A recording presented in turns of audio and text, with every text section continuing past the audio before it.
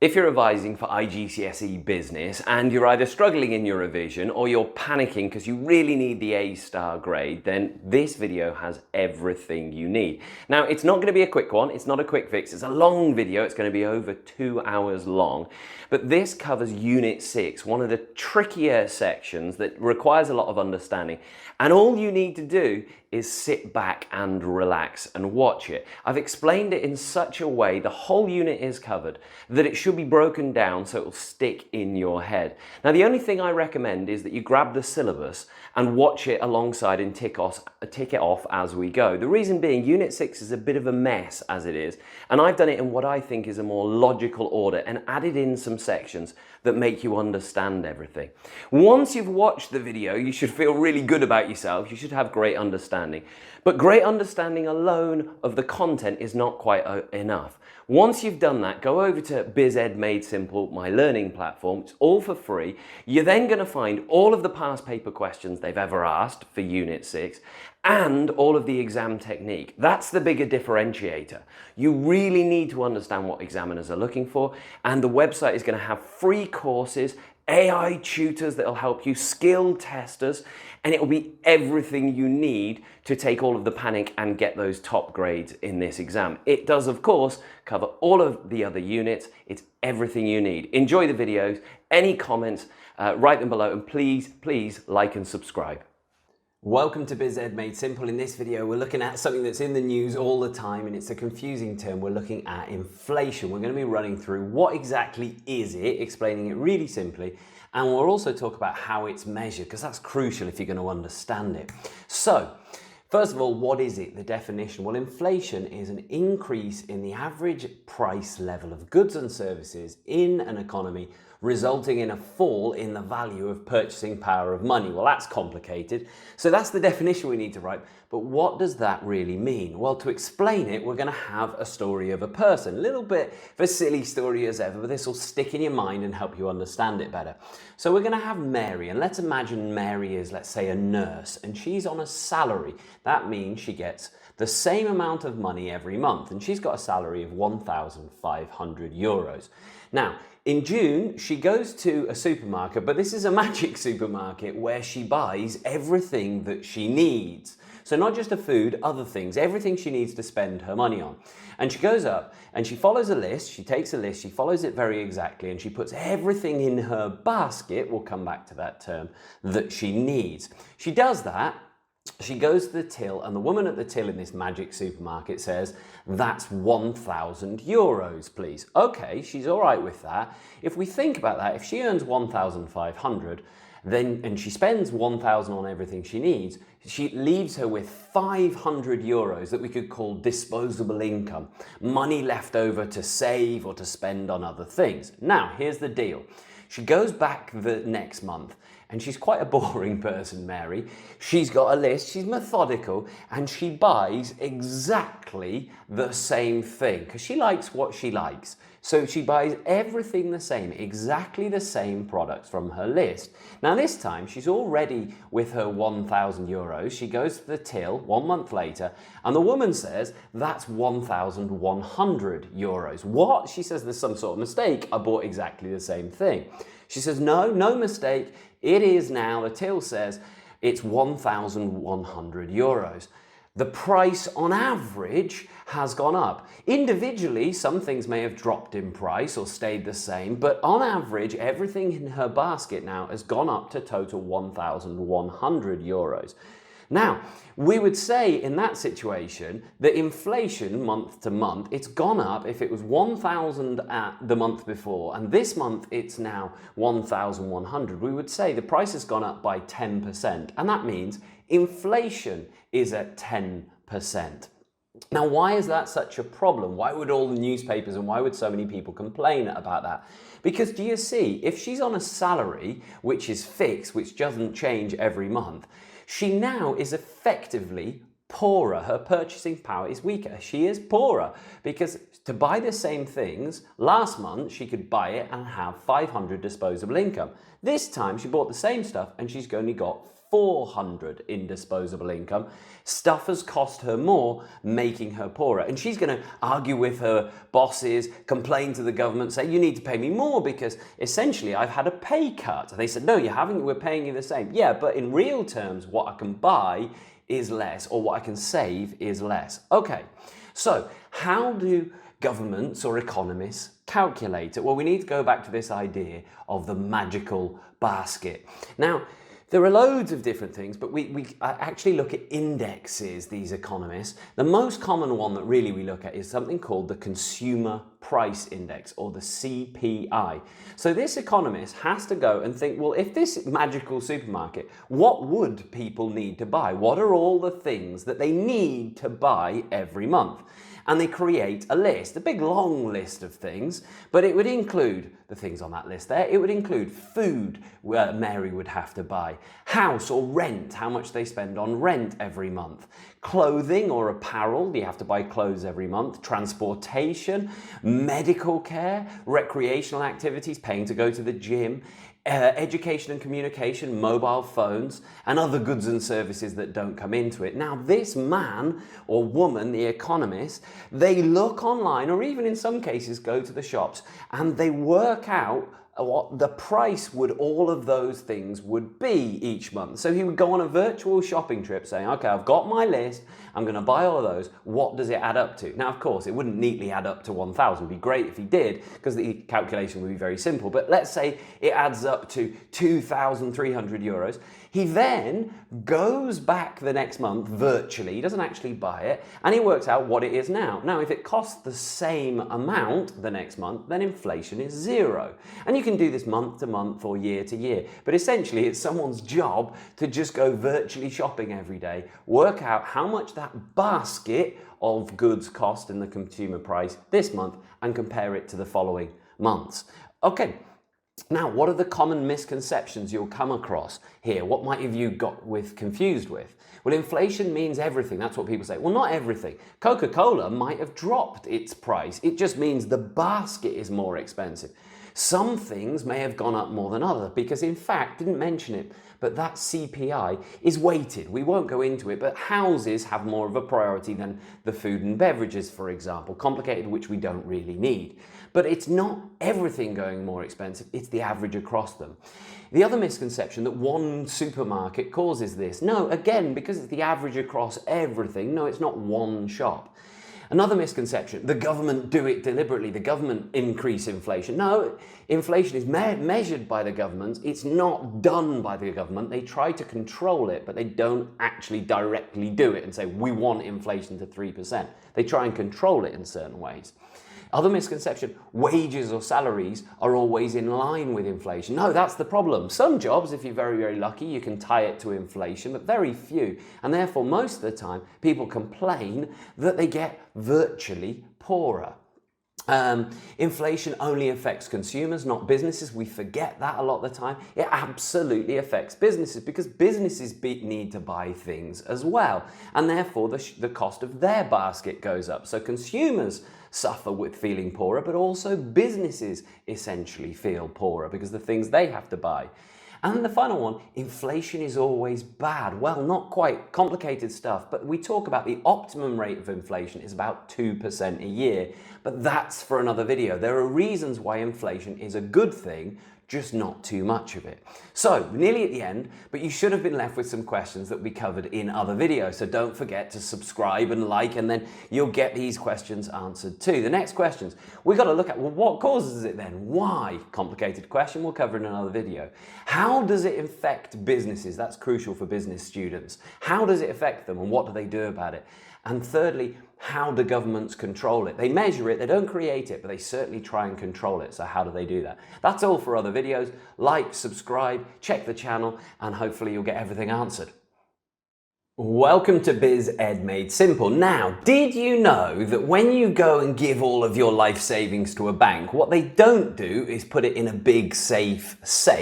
What they actually do is go off and invest it and gamble it and get profits off it. What? Yeah, that means that they are actually putting your money at a little bit of risk, which begs an important question.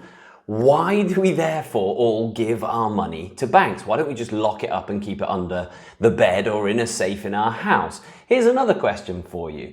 Did you realise that banks are not owned by the government?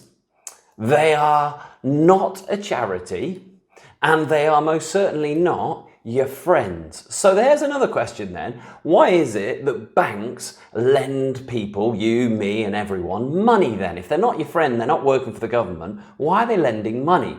Well, the answer to both of those questions is interest rates. Interest rates, it's really important you understand them. So, the definition of interest rate, an interest rate is the price an entity pays for borrowing money or the fee they charge for lending it expressed as a percentage. Now, once more, that definition is confusing, so let's break it down into how it really matters and what it means for you and me. Well, the way it works. So interest rates are set by an organisation. In the UK, it's the central bank, which is owned by the British government. So it's pretty much the government. Now, let's imagine the central bank comes out and they say, from now on, interest rates will be 10%. Now, that announcement has two effects, according to the definition. It does have two effects. The first thing is it changes the rate of borrowing. Now, that's going to make some people very, very sad. So what does that rate mean, 10%? Well, if we've got this person here and he's borrowing 1,000 euros and he intends to borrow it for 1 year, at the end of the year, he'll have to pay back 1,000 plus 10%. And that 10% is quite high. So he will have to pay back an extra 100 euros to the bank. They'll have made 100 euros off him.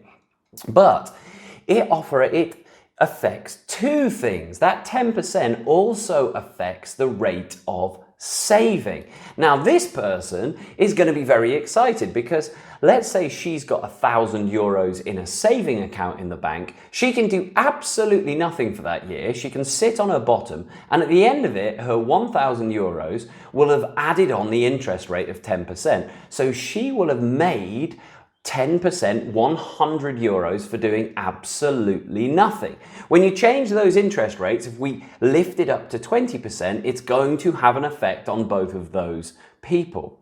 Okay, the only thing to add to that is that I'm not quite telling the whole truth, because that 10% we call the base rate. That's the standard recommendation. But of course, banks want to play with it. They are private and they want to make money. So they adjust those rates. So the rate of borrowing might start at 10%, but it might push up with financial economies of scale, which you can look at in another video. Equally with the savings, they might promise 10%. They should give 10%, but they might give less of that in order to make more money for themselves and keep their money. Okay, that's interest rates. Next questions, though, that we need to be looking at in other videos. Why do central banks change their interest rates? What are they doing it for? Good question to have a look at. How do business respond to these changes in interest rates? And how do interest rates link to inflation? If you want to find the answer to those questions, like and subscribe, check the video libraries. I hope it helps.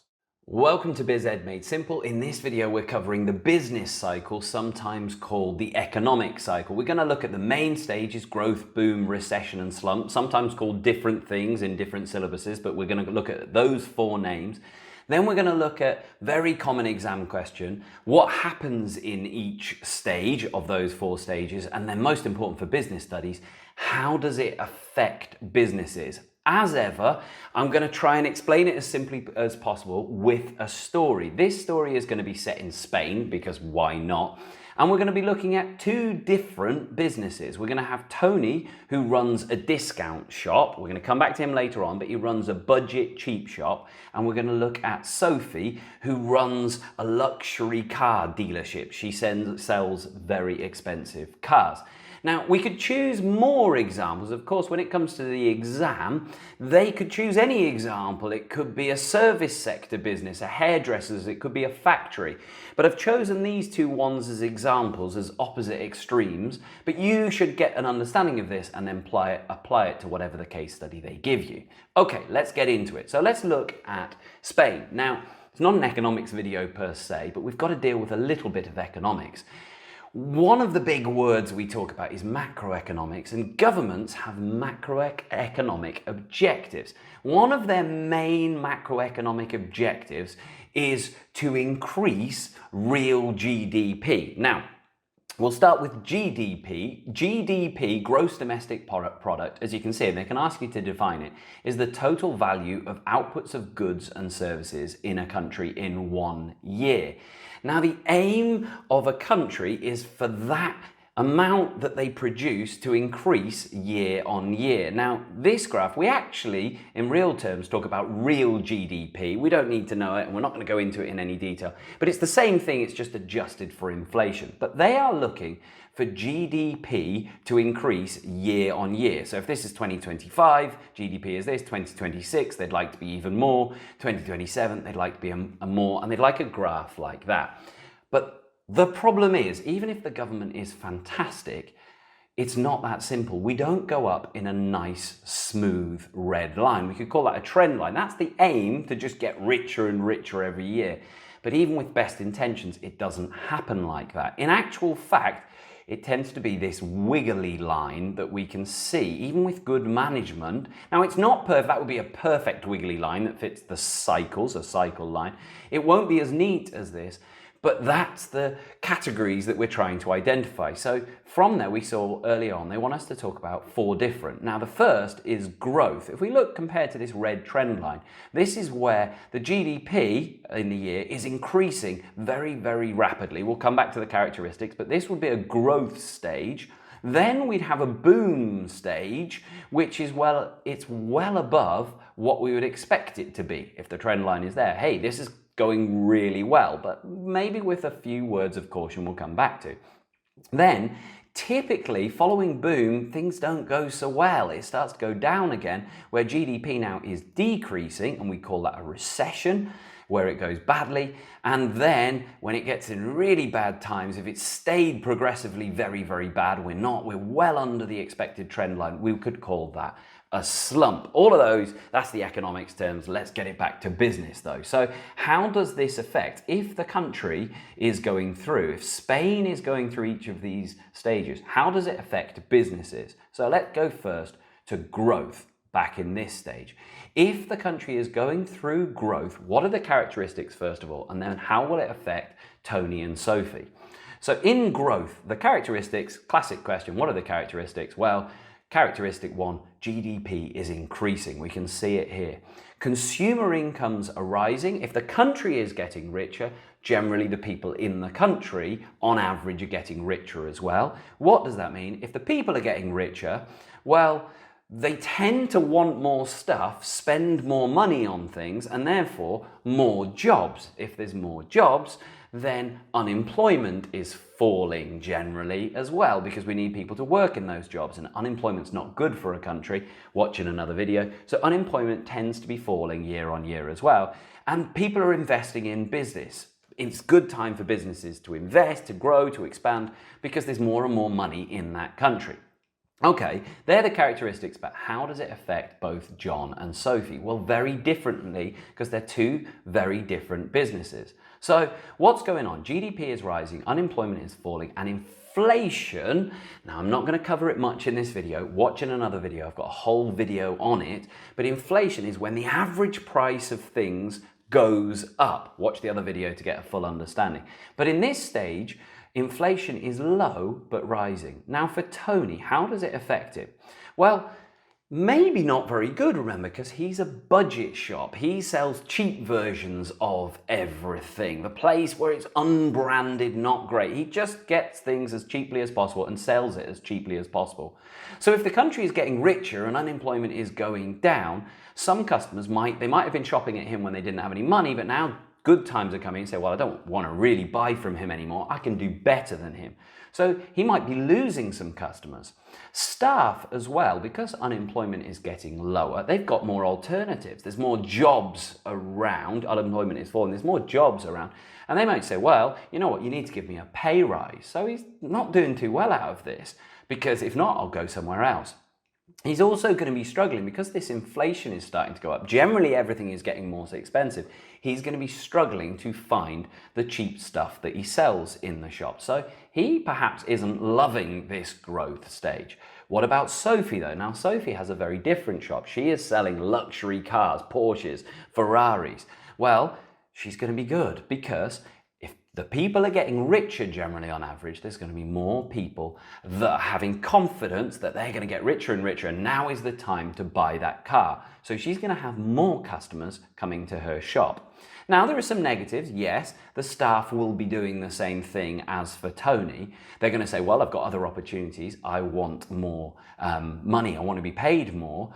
But she's not too worried. She can probably afford it. She could give it like financial incentives. If you sell this many cars, she could do all those because remember, she's got more money because more people are coming to her shop. And again, she's going to have rising costs because everything is more expensive with this increasing inflation.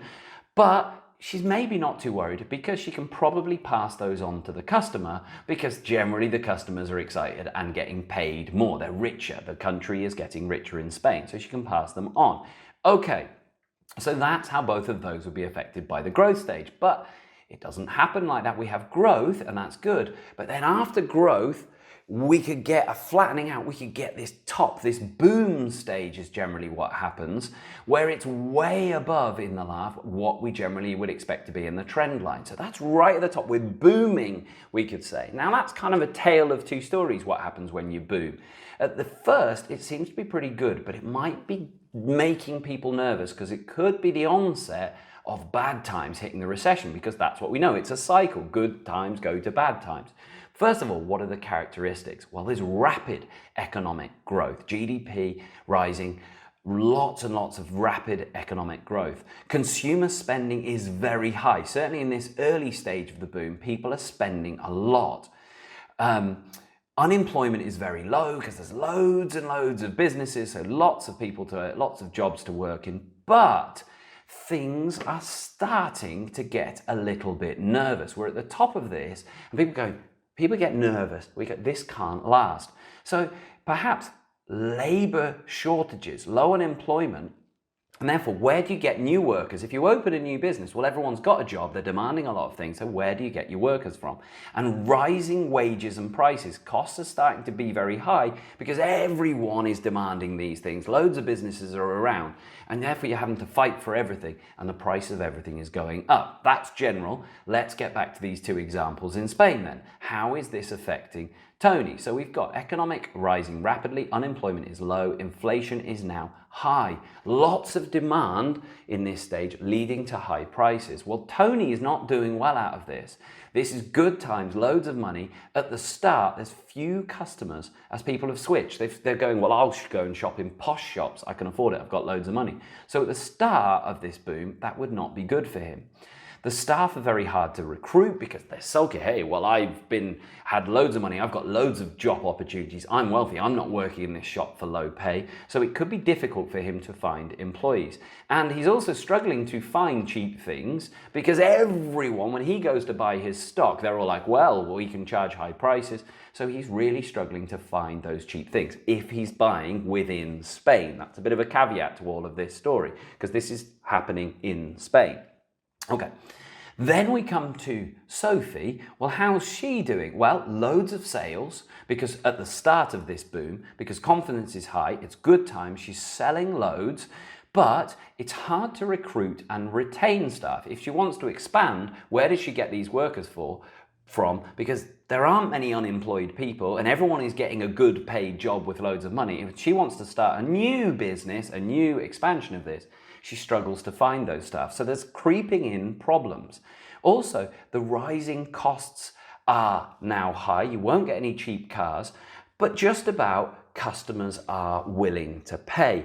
But all of this is okay until people start to say things like, this can't last forever. Now, it could be something international, but for whatever reason, doubt creeps in. And all of this is good at the start of this kind of boom, but is it overheating the economy? Have we got too confident? Maybe someone comes on the television and says, slow down, this isn't going to last, you need to be a bit careful. Well, if that happens, then we go into the next stage when whatever, someone comes on the news and they say, maybe this won't last, maybe there's an illness going across the world. People say, well, I'm going to hold on to my money, I'm not going to spend. Well, that's a problem. Once they stop spending, GDP starts falling, consumer spending declines. It's a characteristic. Hey, I'm nervous, that can't last. The TV man told me I need to cut my spending, so they spend less. Well, if they spend less, well, we've got now so many shops and things opened up, but not people spending. Those shops are going to have to start laying people off and making them redundant from our key terms, and therefore unemployment is rising. This is a problem. It's gone from good times to everyone gets nervous, and that's self-escalating, that one job closes, one business closes, and then that person doesn't have a job, so can't go to the pub anymore that they used to go to every Friday night, and then the pub doesn't need to employ so many people, so the person who works in the pub doesn't have a job, so can't go to the cinema. We call that a downward spiral, Myrtle's model.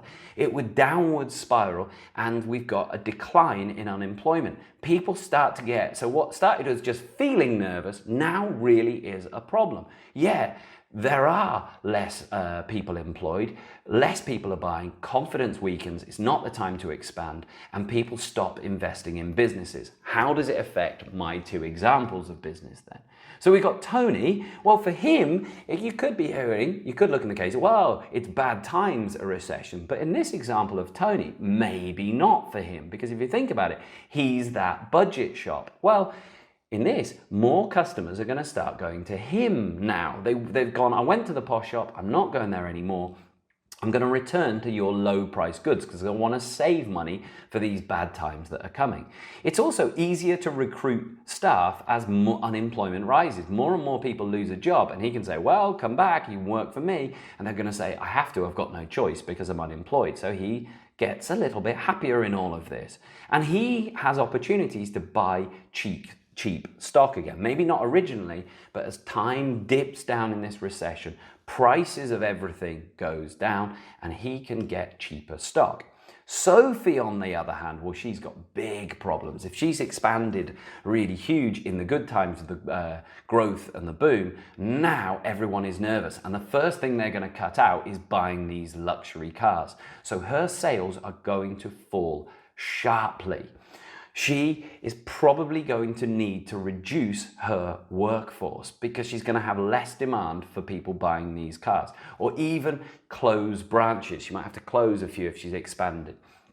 She might even get round it. She's going to say, well, normally we sell luxury cars, but we're going to have to put discounts on. That's how she would attract it, because she was really going to be struggling in this recession period. Okay, but it's a cycle. The recession, now hopefully it goes straight back up, but it might be that it bottoms out, that it stays for a prolonged period. It drops, it drops, it drops, and then it's just way lower than the trend line. And we would call that a slump. So this isn't just a little bit of recession now. This has gone on for a sustained period of time, and we're in a slump. We're in really bad times. We're well below where we expected our GDP growth to be year on year. The characteristics: very low GDP because of this graph. We've then got high unemployment because of everything that we've been explaining, that more and more people are saving their money, therefore businesses have closed, just like Sophie, she closed her business, therefore where do they work? They haven't got any jobs anymore. There's only the essential jobs that are around in the country. Lots of people unemployed, low confidence in the economy. Oh, times are bad, it's not a good time to do anything. And there might even be deflation, although I'm not going to deal with that term, but it's the opposite of inflation. But deflation could be happening as well. What does that mean in the slump stage? Well, GDP is very low, unemployment is very high, very low or deflation, low inflation or deflation. Now, how does that work out for Tony? Well, it's a great time. There's high demand as consumers focus on essentials. It might even be a time for him to expand. Everyone is going, times are so hard, I'm going to need to go back to the budget shop, the discount shop, so he could expand. It's very easy to recruit staff now because they're desperate. They've been unemployed for a long period of time. They're struggling to survive, and they'll say, please give me any job there is. So he's able to get more and more employees, and he can get cheap products as well because of the deflation. It's easy to stock this cheap thing. So this is a real time for growth for him. This bad stage, the slump, means it's a good time for him to expand, which you might be seeing how the pattern works. If we went back to the start of the graph then this slump can cause the onset of, well, hang on, it's a good time to grow, employ more people, and then that can go back into the growth stage. Following the slump, we often go back into growing again, hence the cycle, the business cycle, or the economic cycle. But let's just go back to Sophie, who is not having such a good time of it. She's got very low demand. She has two options. She might have to just close outright, or she might be forced to rebrand. Maybe she says, I'm not going to sell luxury cars anymore. I'm going to sell budget cars. There'll still, in reality, be some people, some wealthy people in the country who want these rich cars, big cars, but less of them. So she might rebrand and sell cheaper cars if she wants to keep going. On the plus side, it is easier for her to find workers for her rebranded business, again, because people are desperate. And it would be actually easier to find these second-hand cars and source them more cheaply because of the deflation. So although her old business model would really have struggled, this slump stage does create her opportunities to rebrand and start growing. All of that means that if we go back to this graph, we could see that where I started with the growth here, we actually had the slump. So the slump leads over to the growth can lead to the boom can lead to the recession, and the slump and the growth, and the pattern continues. Hence why we don't have this straight line. It is a cycle. I hope that helps. Let me know if you've got any questions in the comments. Welcome to BizEd Made Simple. In this video, we're looking at the effect of government policy on business. You can see all the things I'm going to be covering on my screen now, but the really tricky questions that they ask in the exam are not just about do you know what it is, it's can you apply it to unfamiliar context? Do you know how a business will respond to these changes, a business that you haven't heard about? So we really need to understand this stuff, not just remember it. The best way to do that, my favorite way, is with silly stories, and I'm going to be coming back to a story that I've used in a previous video that I recommend you go and watch here first. I'm going to be introducing two characters again, Tony, who runs a discount shop, a very cheap shop, sells cheap things, and Sophie, who sells a luxury car dealership, and I'm going to set it in Spain again. Some extra information about these people. Tony is the loveliest person you've ever met, and he takes quite a soft HR approach. That means that he really looks after his workers and sees the best in them. And I'm going to say that Sophie is quite a mean character, and she takes quite a hard HR approach. She looks after herself and is quite strict with her workers. That's important because that's going to help you decide how they might respond when the government takes action. We'll come to it later on. Okay, so the government of Spain in my story. Well, the government, lots of people are always moaning about governments, perhaps rightly, because they're saying, well, they're always like taking money off us. They're always taking taxes is a term. And that's true, but why do they do it? Well, if you think about it, think of all the things that the government has to pay for.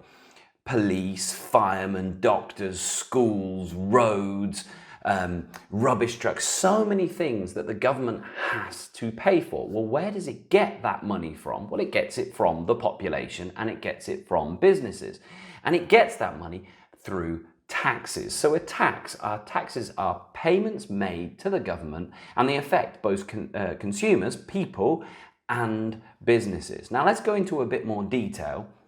The taxes can roughly be broken down into two categories. We can talk about direct taxes, where the person or the business pays it directly to the government. The government asks for money and you have to pay it. We're going to deal with these in more detail, but two direct taxes we're going to look at are income tax and corporation tax. And then they've also got indirect taxes, and that is added to the price of goods and services. And that's when we buy stuff. It's collected by the business when we buy it, and then the business then has to pass it on to the government afterwards. And one famous example, one big example of that is value added tax. And we're going to come to each of those bit by bit. Okay, so the first tax we're going to talk about is this tax called corporation tax, or profit tax sometimes in its simpler form. And corporation tax is a tax on companies' profits. So if you're just a person, you don't pay corporation tax. This is only for businesses. And they take this, an increase means businesses will keep less of what they own. If a business doesn't make any profit, they don't pay any corporation tax. And you can look back over this in income statements, watch the video up here, but income statements make it clear when you pay corporation tax.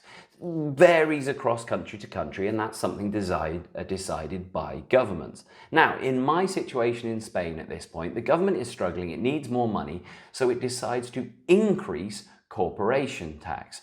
When it does that, we're going to have a look. What are the consequences, the effects, and how might the business respond to this?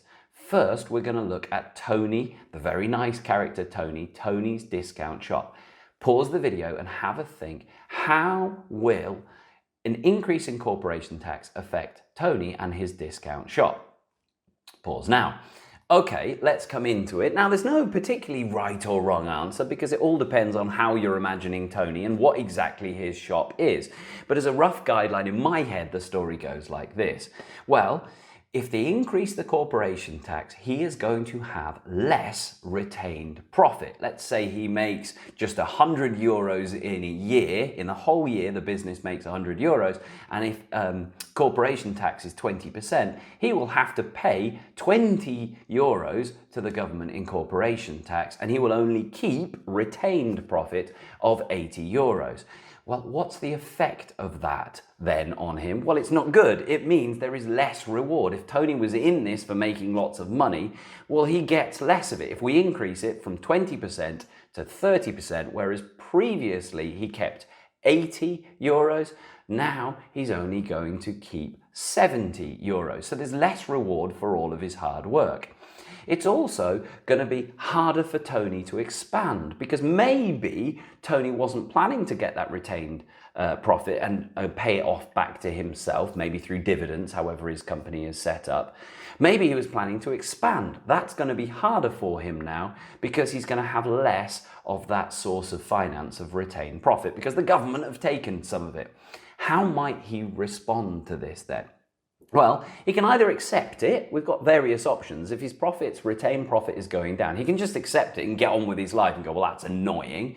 Or he can try and balance it out. And he can do that by decreasing his costs or increasing his revenue, and that would end up as the same. So let's say he doesn't want to accept it. What he might do is source cheaper goods. He might try and find somewhere else. Let's say he gets cheap pens, and he usually buys each cheap pen for 20 cents.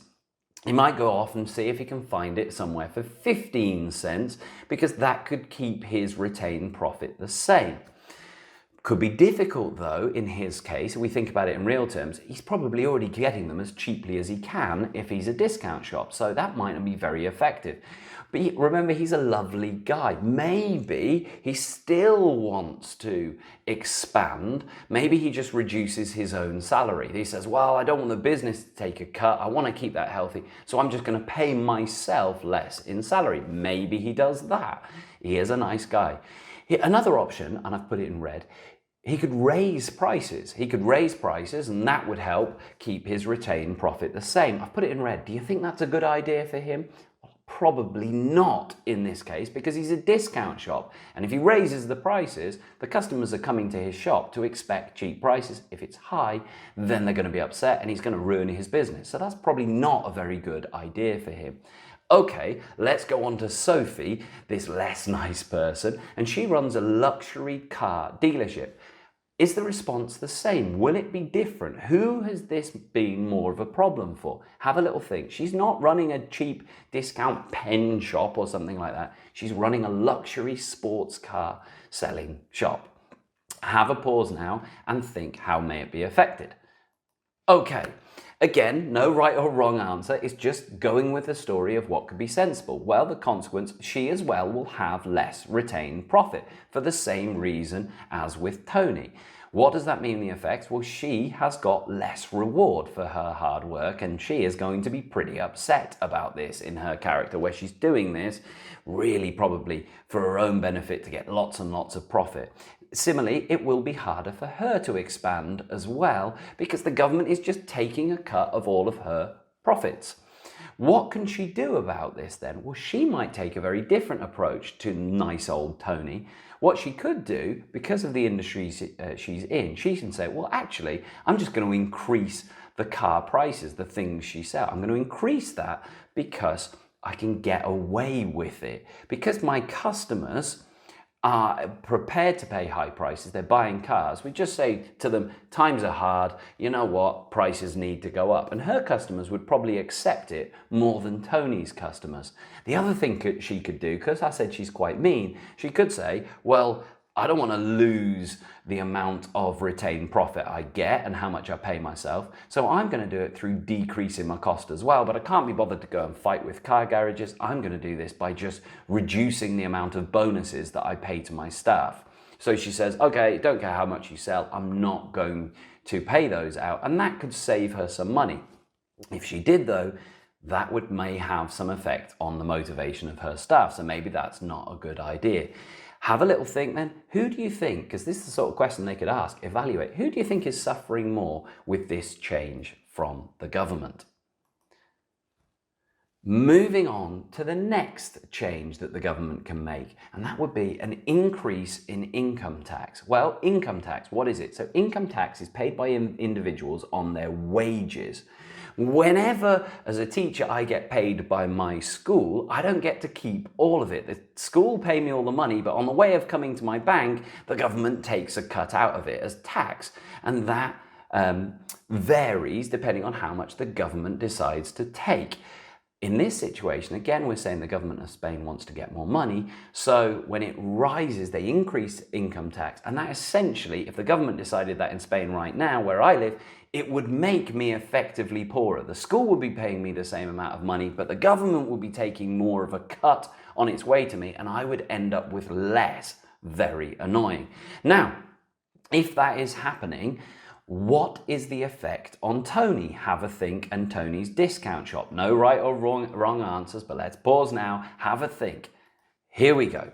Well, the consequence, the population has less money. Generally, the population is poorer because everyone is having a cut from their paycheck by the government, who's increased the amount they take. What does that mean for Tony, though? Well, interesting. It could actually mean that he has more customers, not less, because remember, he sells cheap things in a discount shop, and people who previously had an okay amount of money really start to feel a bit poor, and they say, we can't keep shopping at that middle of the range shop, we've got to go to a discount shop. So that could be a good thing for him. But equally, you could argue he's going to have people who are going to be negotiating the price, complaining about quality a bit more, because money is tighter in the country. Everyone is feeling it because the government's taken more of their money. How might the business respond to this then? What could he do about it? Well, if things are going well, because more customers are coming, even though times are hard for everyone, this is his moment to seize, you could argue. So he might put more adverts, a billboard by the side of the road, because he wants more people to come and more revenue to be generated.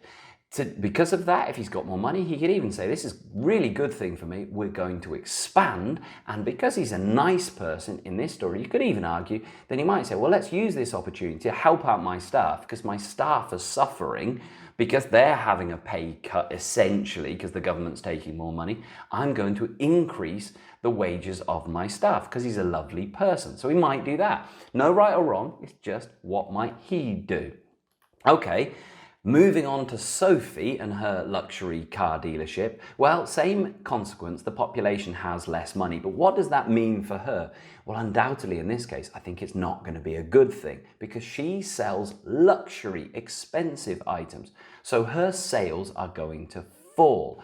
What does she do about that? Well, more promotions, perhaps. And I don't mean by that advertising. I mean that she might have to give discount offers, which is difficult on a car. You're not going to give 2 for 1, but she might have to look up strategies to make it more appealing for people to buy these luxury cars. Yet again, because less customers are going to be coming, she might want to keep her profits the same and therefore look for ways to cut her cost and reduce those staff bonuses again. The staff, of course, therefore, in this situation, are going to be very unhappy with her. She's going to have a motivation problem because first, they're going to have a cut by the government. They're going to have less money because the government takes more of a cut. And then she's going to take away their bonuses. That's going to be very difficult to deal with. Once more, think, no right or wrong answer. Who do you think is suffering most with that impact from the government, with that change by the government? On to the next change that they could make to tax. The next tax we want to look at is an increase in VAT.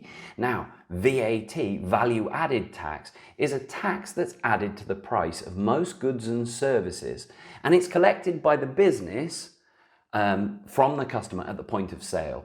So it's an indirect tax, as we mentioned before, but it usually doesn't apply. The governments don't really put it on essential items. It's usually on items that you can get away without buying if you really want to. Tricky. But really essential things often don't pay VAT.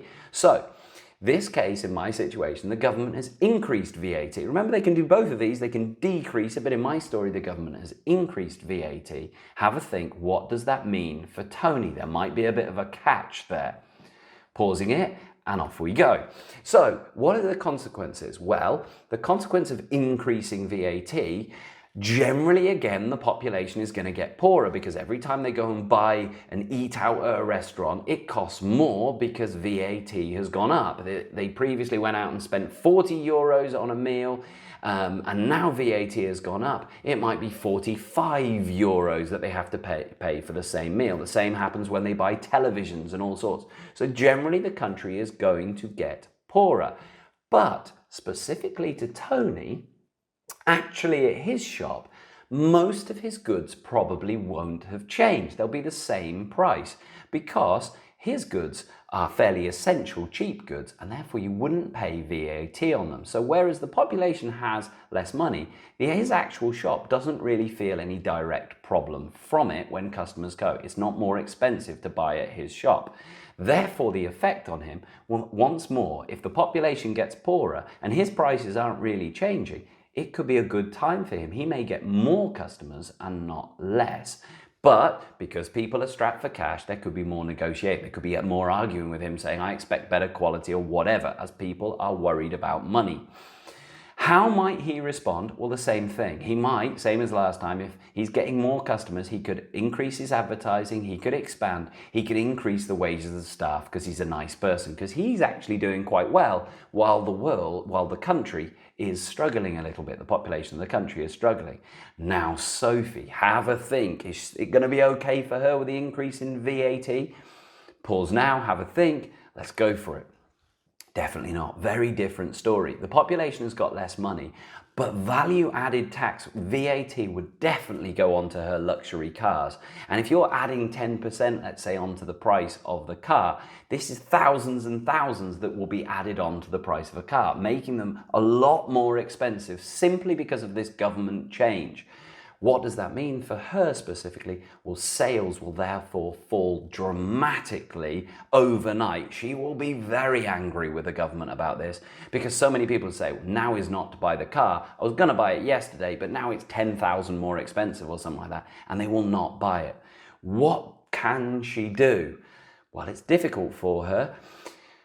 Add extra things to justify the higher costs. Maybe she can think of extras that she can do. Difficult, but probably she's going to, as the sales fall, she's probably going to have to cut her costs. And again, those staff bonuses are going to go, making her very unpopular. In this situation, I think it's probably fairly clear who is going to be suffering more. Moving on to the next part of the story then. Okay, so we're still in Spain. The government has increased all of those taxes like we've just seen, and the government is now doing quite well because of the raise in taxes. And the government's got loads of money, so it starts to give a little bit back.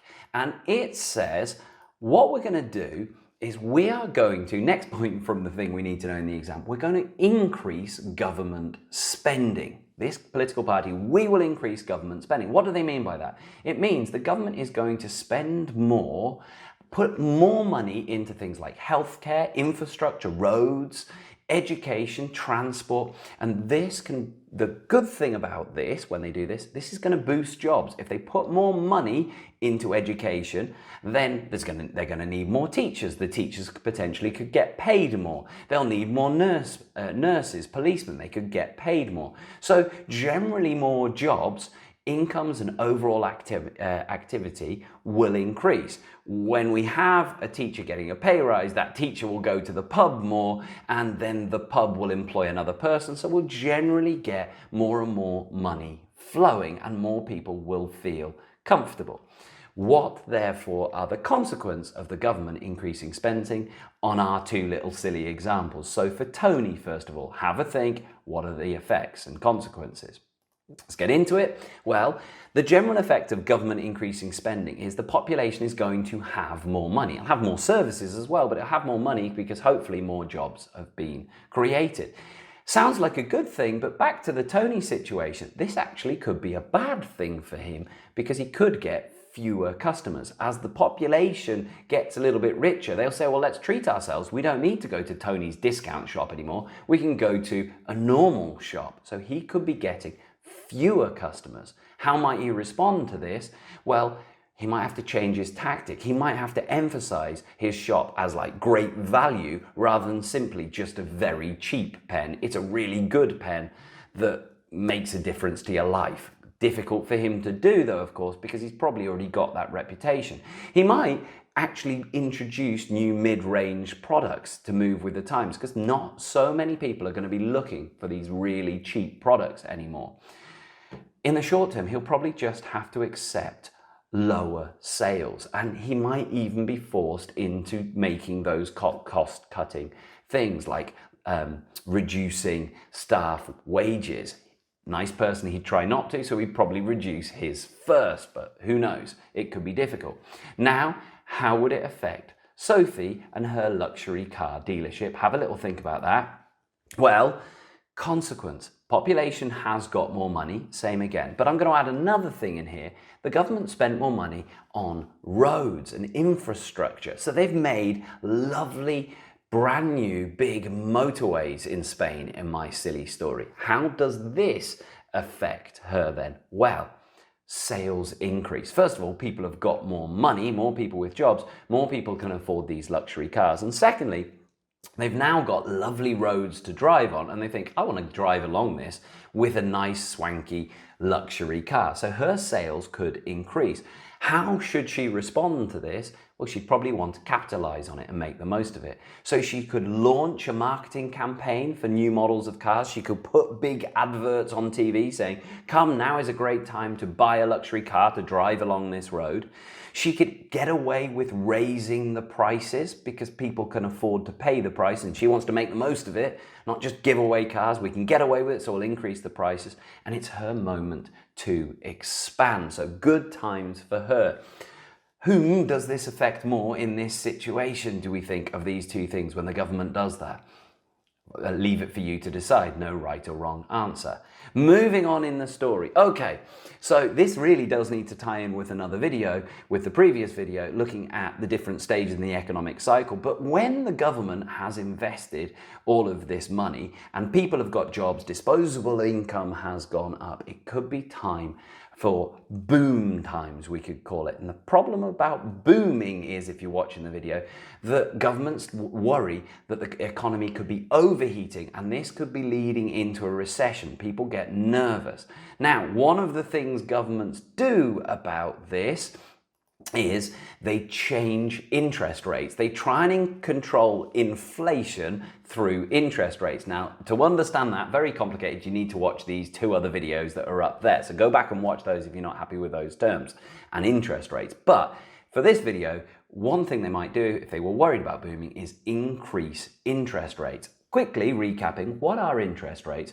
Well, interest rates are the cost of borrowing and the reward of saving. So it's set by roughly the government, not quite the government, but roughly the government. And it's the amount that when you borrow money from a bank, the amount of interest you have to pay back. And if you put money into the bank, the amount of extra you get for leaving it in the bank. So essentially, watch the other video to see that explained properly. But essentially, when interest rates go up, what does it mean? It makes the population want to spend less and save, and certainly borrow less, because borrowing is expensive and it's a really good idea to save.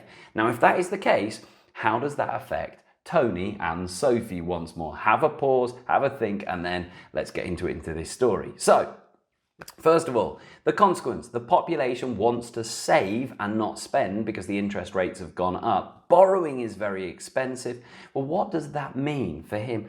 Well, actually, probably not very much. It probably doesn't change much because he sells little things like pens, and even when you're saving, you don't say, okay, we've got to save, I'm therefore not going to buy a pen. You tend to cut out the big ticket items, not things like pen. So he probably doesn't really notice it in his shop at all. Doesn't make much of a difference. How might businesses respond for him? Well, the amount of customers coming won't change, but certainly it is not a time for Tony to borrow. If he had any plans about borrowing money from anyone to expand his shop, he would probably cancel them. He'd wait until interest rates fell. So that's really all he's going to be changing. Now, Sophie, have a think about how it affects her. Well, a lot more, we can say. The population wants to save and not spend.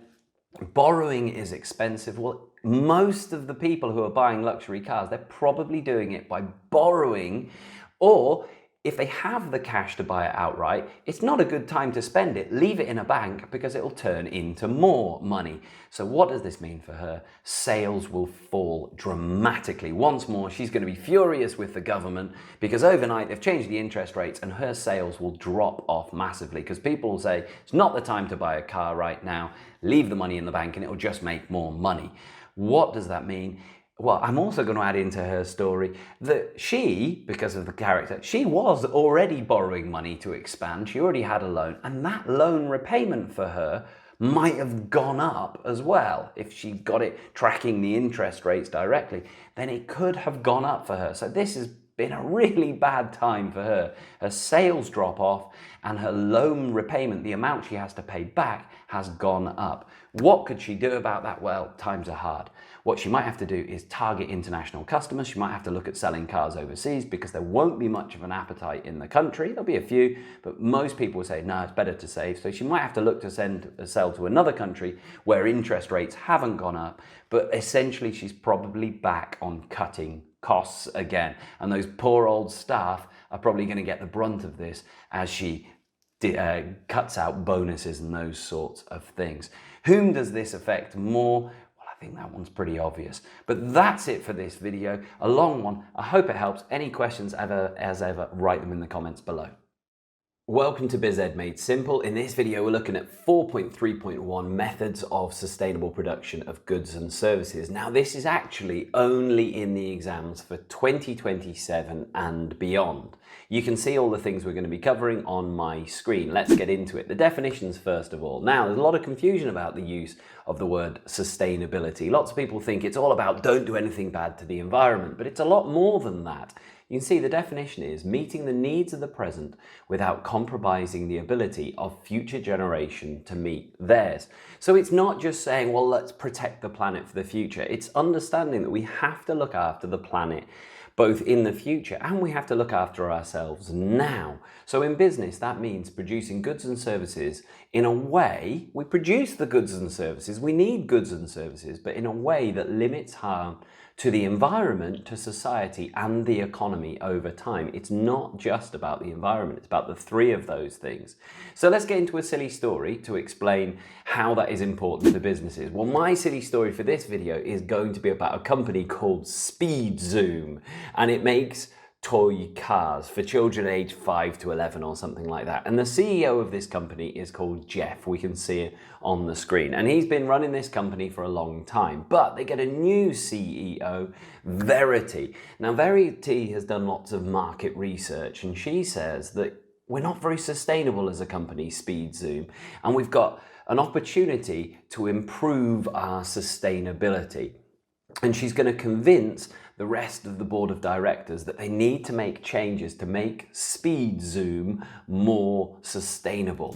Right, let's have a look at how she does this. A lot of text on my screen. We're going to look at how they weren't sustainable and how they've made it sustainable. And then we're going to see the advantages and disadvantages of doing that. So the first thing, and I'm following the syllabus points, using renewable energy. Previously, Speed Zoom was made by electricity with fossil fuels and coal. What she does is she changes the factory, she puts solar panels all over the roof, and she uses renewable energy to power the factory, along with wind energy as well. Second, using fewer resources. Previously, the toy, when it made, it had loads of little bits on it and loads of cut-offs, and the cut-off plastic that was used was just thrown away. What she's done is she's simplified to make it more sustainable. She's simplified the design to use less plastic, and she's using digital production, bit of CAD, bit of CAM, see the other units, to just reduce waste overall, using less of those damaging, harmful plastics and things. Thirdly, reusing things. Previously, the cut-offs were just thrown away, put in the bin and dumped. Now she reuses the cut-offs in production and repairs all of the parts. Any plastic that's left over, she puts it back into the production process and makes the cars out of that.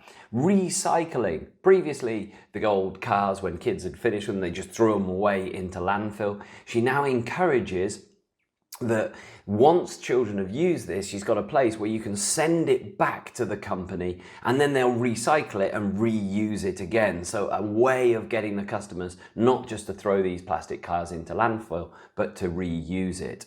Developing environmentally friendly products is the next thing. Previously, they used non-biodegradable paint and glue that just didn't break down, very harmful to the environment. But now they're using more expensive but non-toxic paint that snap fits together so it doesn't need glue and all those sorts of things, much more environmentally friendly.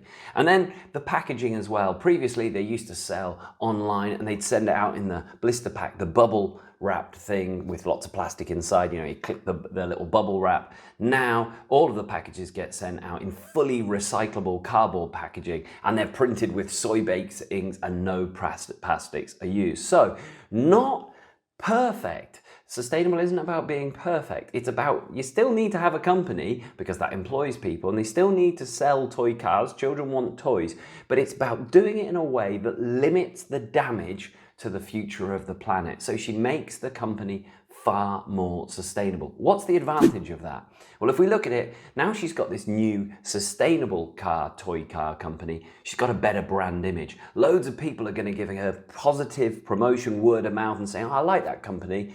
They are really looking after the environment and they're sustainable. So word of mouth will spread reputation, increasing sales.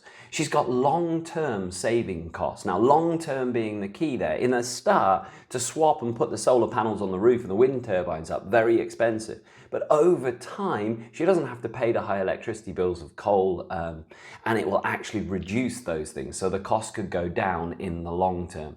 Legal compliance. Well, if any laws change in the country and get more strict, saying, hey, you can't use this type of plastic, she's already ahead of that, and that won't cost her. Of course, don't get confused though. No company is allowed to break the law of the country. They might do it, but they'll get fined. So they weren't breaking the law before, but if new laws get more severe, she won't have the cost of having to adapt because she's working above and beyond the law already.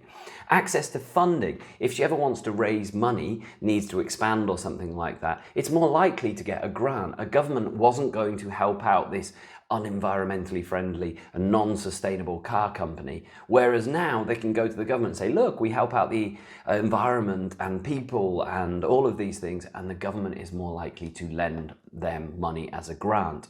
Market differentiation, that can be a key part of their sales tactic now. All the other toy cars, if you imagine them lined up on the shelf, they're just toy car, toy car. She can have a big section saying, we are a sustainable toy car company. We stand out. Don't choose the other 5 ones that are there. Choose us because you get a toy car and you get one that looks after the planet. So that would make her stand out, making people more likely to choose her toy car. Employee engagement. Well, the employees, they probably feel, maybe they do, maybe they don't, but they probably feel a bit better working for a company that isn't destroying the planet. The old one, when they knew they're making plastic cars that just go into landfill. Now we've got this person who's coming in and saying we're going to look after the planet and be sustainable. The workers will be a little bit more proud and potentially more motivated because of it. But becoming sustainable is not without its drawbacks. Otherwise, every company would do it. So let's have a look at what the negatives are. Well, of course, we've got the higher short-term costs. We said when you put the solar panels, the wind turbine, that is very, very expensive. So your short-term costs are very, very high. You're probably going to have to charge a higher selling price. You can hopefully get away with it because of the market differentiation, but it's going to cost you more money to use all these biodegradable paints and things like that. And if it costs you more money, if you still want to make a profit, which obviously they do, the selling price will have to go up, and that has negatives. The staff.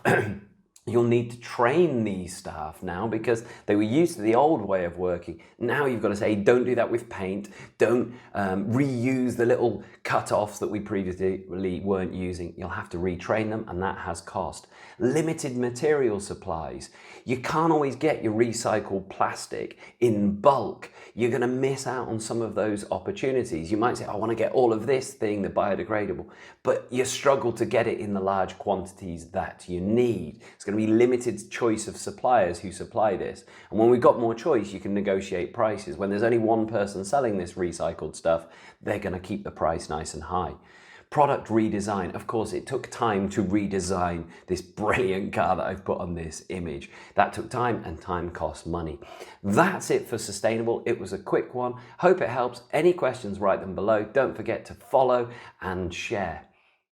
Welcome to BizEd Made Simple. In this video, we're looking at external costs and benefits of business decisions. That sounds complicated. What is it? Well, externalities are the unintended costs or benefits experienced by third parties when a good or service is produced or consumed, and they can be positive or negative. Bit of a mouthful. Sounds complicated. What does it mean? Well, let's hit it with a silly story as ever. So in my silly story, we are going to have self-centered Sam at the bottom.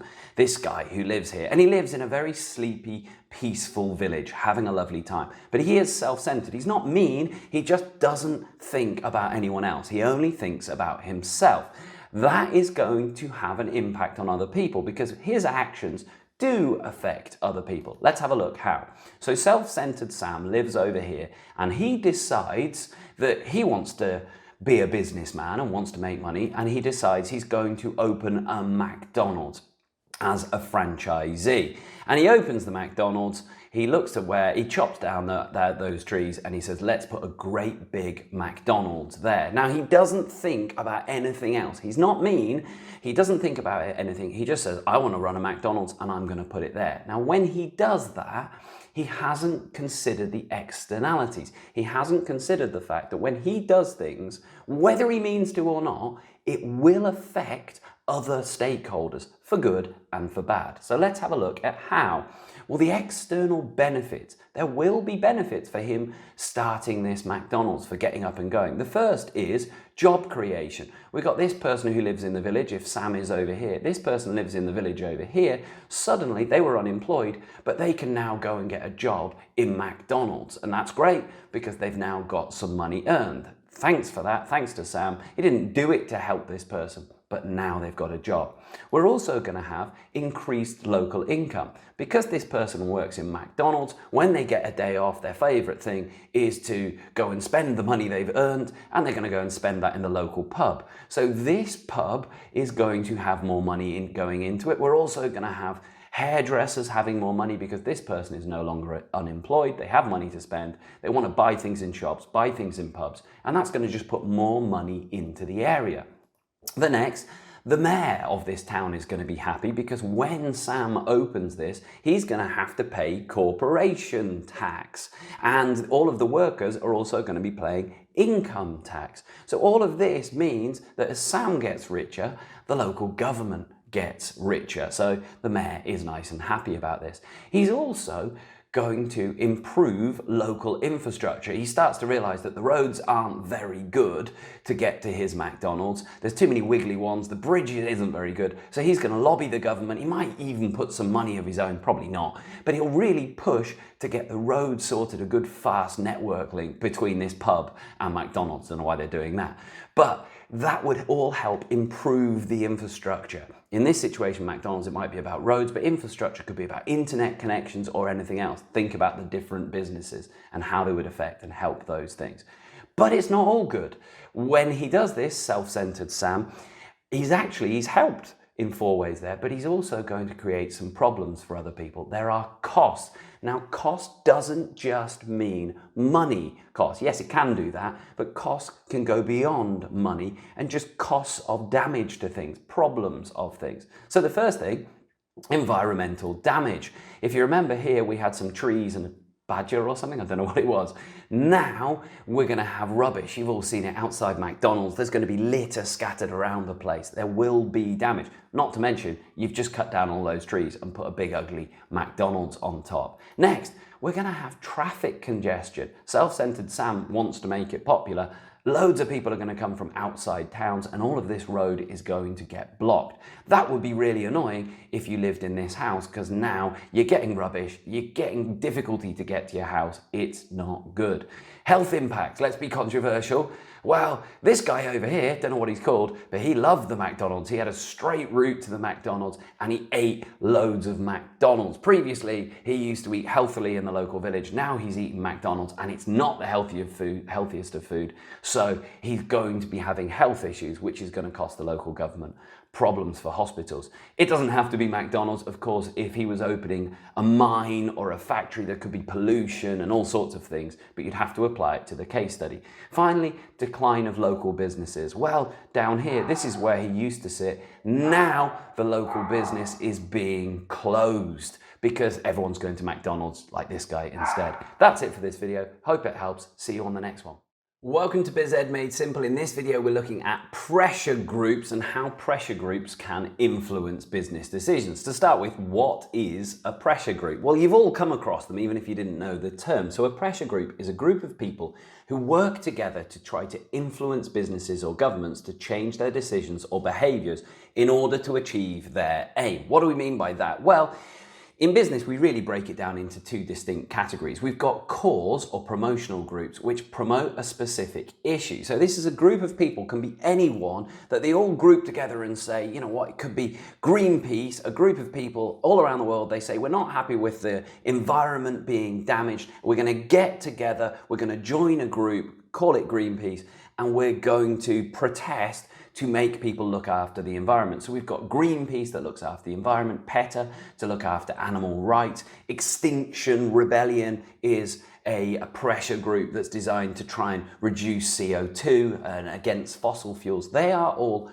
cause groups where anyone can join. We've also got another subset of pressure groups, which are interest sectional groups, and they represent a specific group of people. So in this one, probably not open to everyone. We could have like the Farmers Association as a pressure group. So that would be all the farmers in a country grouped together and then they can lobby. Trade unions really could be considered pressure groups. So the teachers' union all the teachers in the country grouped together, and then they can campaign to look after their rights that little bit better. Doctors Association, the same sort of thing. All of those could be considered pressure groups. Now, what do pressure groups do? How do they influence business activities? They can join together, but can the businesses just ignore them if they're pressure groups attacking one business? Can they be ignored? Well, what could pressure groups do? Well, quite a few things. First, you've probably all seen them, demonstrations and protests. They could say, we're going to be in central London, we're going to march along, we're going to chant, we're going to hold up banners, and we're going to gain loads of attention. We're going to get everyone to raise awareness of the naughty things that businesses are doing, that they're being unethical, or they're damaging the environment. Watch the other videos to see about that. They could protest and demonstrate against that. They could also have media and publicity campaigns. Some of these pressure groups are really quite big now, Greenpeace and the like. They've got money because they raise money through charity. So they can create their own advertising campaigns. They're going to have a big social media presence on TikTok and the like, and they will post videos and even pay to advertise to raise awareness about such and such a company is doing this. We all need to know about it. They can put petitions, you've probably seen that, to lobby the government. They might be on the side of the road, or they might put it on their social media saying, hey, did you know about this? If you don't like it, write your name, sign up, and then we'll take that to the government. And then the government, they can't ignore it. They say, do you know, 1 million people are upset about this issue. Government, you need to change the law to stop the business from doing this. If that doesn't work, the government says, well, we don't care, we're not going to do anything. The next thing, or they could do all of these things probably, they might organize a boycott. A boycott is where they raise awareness. It might be done through all of the other things, through demonstrations and social media, saying, do not buy from this company. Maybe they're against Nike at one point, let's say. They could say, everyone from now on, we don't like Nike. Nike does X, Y, Z. They're unethical. Boycott it. That means do not buy from Nike anymore. And they could have enormous pressure put onto the companies to do that. And then finally, if any of that doesn't work, or they could do it alongside again, they might even take legal action. With the money, they might say, well, the law is unclear. We're going to get a big lawyer and we're going to take this big companies to court to sue them for their actions because they're saying that they're not really breaking the law. We think they are, and we're going to sue them. So they can be putting a huge amount of influence and pressure onto businesses. The impact of them specifically, well, reputational impact. You can, if they are going for you, if this group is going against Nike, then it can drag down your reputation. And then when I've got a choice, when I go and buy my trainers, do I buy the Adidas or do I buy the Nike? Well, you know what? I'm going to get shouted at by a few people for buying Nike, therefore I'll go for the Adidas. And that's going to damage brand image and public trust. So Nike, can they really ignore these pressure groups? Probably not. Have a look at the other videos.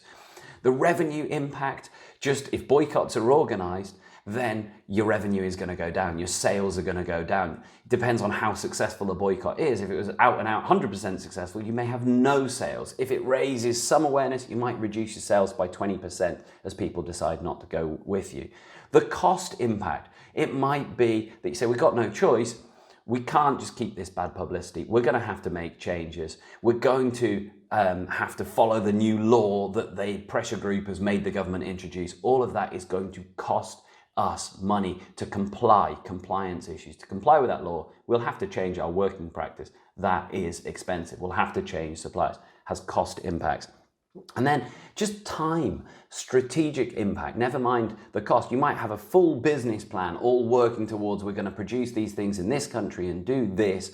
And then because of the pressure groups, you've suddenly got to change your whole strategy saying, look, we can't do that anymore because these pressure groups will just go for us and create all of the problems for us. So we're going to have to change. So you can ignore them, Ryanair style. You could have a look at some fantastic quotes from the CEO of Ryanair about how he just doesn't follow them. But most companies now are fearful of these things and they're getting increasing amounts of power. That's it for this video. You probably need to tie it in with the other sections in the other videos. But any questions, write them below. See you on the next video. Welcome to BizEd Made Simple. In this video, we're looking at how business activities can negatively affect the environment. We're going to be covering everything on this screen. Pause it and have a look over if you want. But as ever, I'm going to get you to understand it, give you everything you need for the exam, and I'm going to do it with a silly story.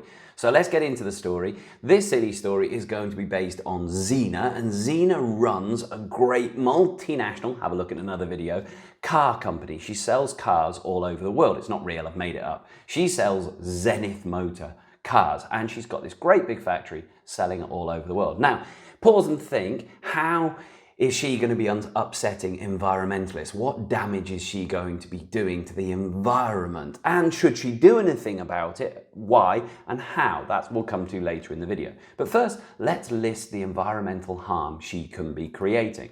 Well, the first, air pollution. Obviously, with this big factory, they're going to be releasing lots of CO2, but also the cars, she's not doing it deliberately, these are externalities, but the cars that she creates are pumping out CO2 already. So she is really increasing CO2 emissions and having an effect on global warming and all sorts of other pollution issues, air pollution issues. We've also probably got water pollution issues in this big factory. She's going to be using chemicals and paints, and that could be leaking out, getting into the water systems, into the rivers, killing off animals. People are going to be unhappy about that. We're going to have resource depletion, of course. Depletion means loss of resources. She's going to be using a massive amount of resources, steel, iron, oil, energy to produce these cars. And if she uses those finite resources, ones that don't last forever, she could be using up more than her share, and there aren't there for other uses that people need. We've also got local habitat destruction. Remember, this is a big old ugly factory. Let's say it was previously in a nice forest. Well, she would have cut down the big forest, killed off all the animals, and we got this tarmac horrible thing. Okay, what should she do about it, and why? She's getting lots of negative publicity. Why might she respond? She could just say, stuff it, I'm going to keep going, I'm going to just keep it as it is, and some businesses do. But in my situation, Xena is weighing up whether she should make changes. Here's the idea. This is the reason she should. Well, it would improve her reputation. At the moment, if she's doing all of those things, there's going to be loads of people unhappy with her. If she makes changes, spends money on changing those things, then people say, this Zenith Motors, it's not so bad after all. At least they're trying. They're better than the other car companies. That could lead to increased sales, that more people say, well, actually, if I've got a choice, I'd rather go with a car company that's good for the environment rather than one that's horrible, and we're going to buy Zenith Motors instead. You avoid negative publicity. I suppose that's a bit the same with improved reputation. Don't put those two too similar. But yeah, all of these people, these pressure groups, seeing another video, they could be campaigning, and then you fix that. You don't get the negative publicity. You don't make the headlines for killing off wildlife or those sorts of things. This makes sure you comply with environmental laws. Now, be clear on this one. She can't break the law anyway. That would be illegal. She can't have an action plan to break the law. But we're really talking about ethical issues now. See in the other video. She was never breaking the law, but perhaps arguably in the first case, she was being unethical. Therefore, if she complies with environmental laws and beyond, if she ups the standard, she's already prepared for new increasingly severe laws. So that can save her money in the future, because other companies that were previously pretty unethical, when new, safer environmental laws come in, they have to pay to change. She doesn't. She's like, hey, it doesn't affect me. I've already done it. This could reduce her long-term costs. All of those things she's damaging, governments might come in and fine her for that. Using finite resources can be expensive in the long term. If she can set herself up with renewable energy, initial costs of putting in wind turbines could be high, but in the long term, it could actually be cheaper. Although I don't think you could probably power a car factory with wind turbines. Okay, so that's why she might respond. How then? She might want to respond. What can she do? Well, she could change production methods. I just mentioned it. She could use cleaner technology or reduce emissions. Put those wind turbines on. Bit ridiculous. But she could do something like that. She could develop more environmentally friendly products. Say, I'm not going to create diesel cars anymore. I'm going to have electric and low emission vehicles. That's me doing my part for the environment. So my cars release less CO2 while the world is buying them. Use sustainable suppliers. Previously, she bought her supplies, whatever she needed, steel and whatever, just as cheaply as possible. Now she says, well, you know what, I'm going to make sure that they're getting the steel in an environmentally friendly way. Cost her more, but better for the environment. She could introduce her own internal environmental policies and targets. So set an emission goal. Doesn't have to, not the government, but her internally, saying to her managers and her team, you will not go over these limits because I want to do my bit. I'm already rich. I want to be ethical. I want to work above the law. So sets emission goals and publishes sustainability reports that can be seen by everyone. So really holds herself to account. Okay, what about the effects of legal controls over business activity affecting the environment? Well, in this case, with Zena, there wouldn't need to be laws because she was lovely and conscientious and wanted to do the right thing.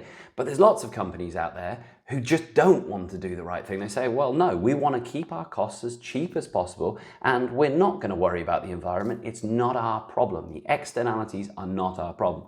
If that's the case and the problems become too severe, then the government is going to have to step in at that point and they're going to create new laws to say you literally can't do it, as I mentioned it earlier.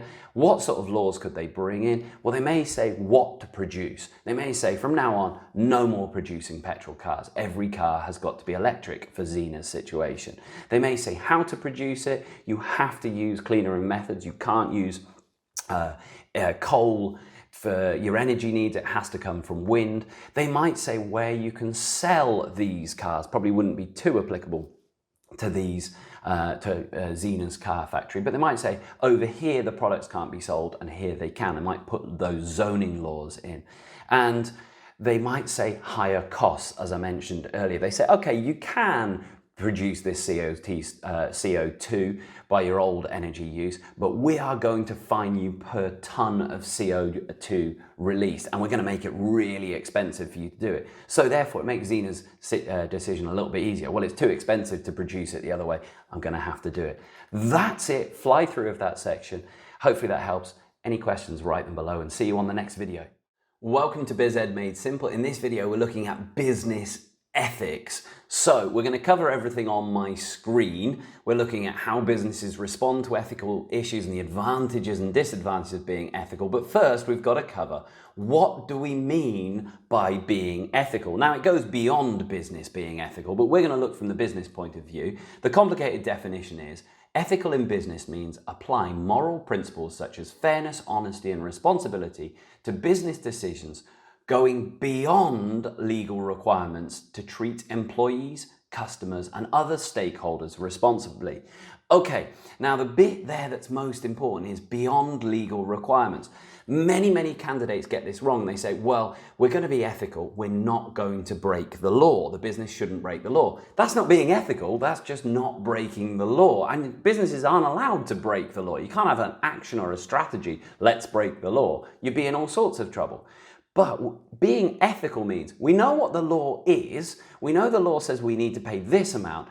But morally, as a good person, as good people, we don't think that's enough. And we're going to work even higher. We're going to pay higher than the legal minimum. It goes to fair pay. It goes to wages, suppliers, and all sorts of things you can see from the screen. But let's get into explaining it fully with a silly example, as always. So in my silly example, I've made up one, and it's all to do with Strive Sports, which is a clothing company, and it was created by Amir many years ago, and he made these clothes, but he's now getting old and he's retiring and he's passing it over to his son, obviously, Amir.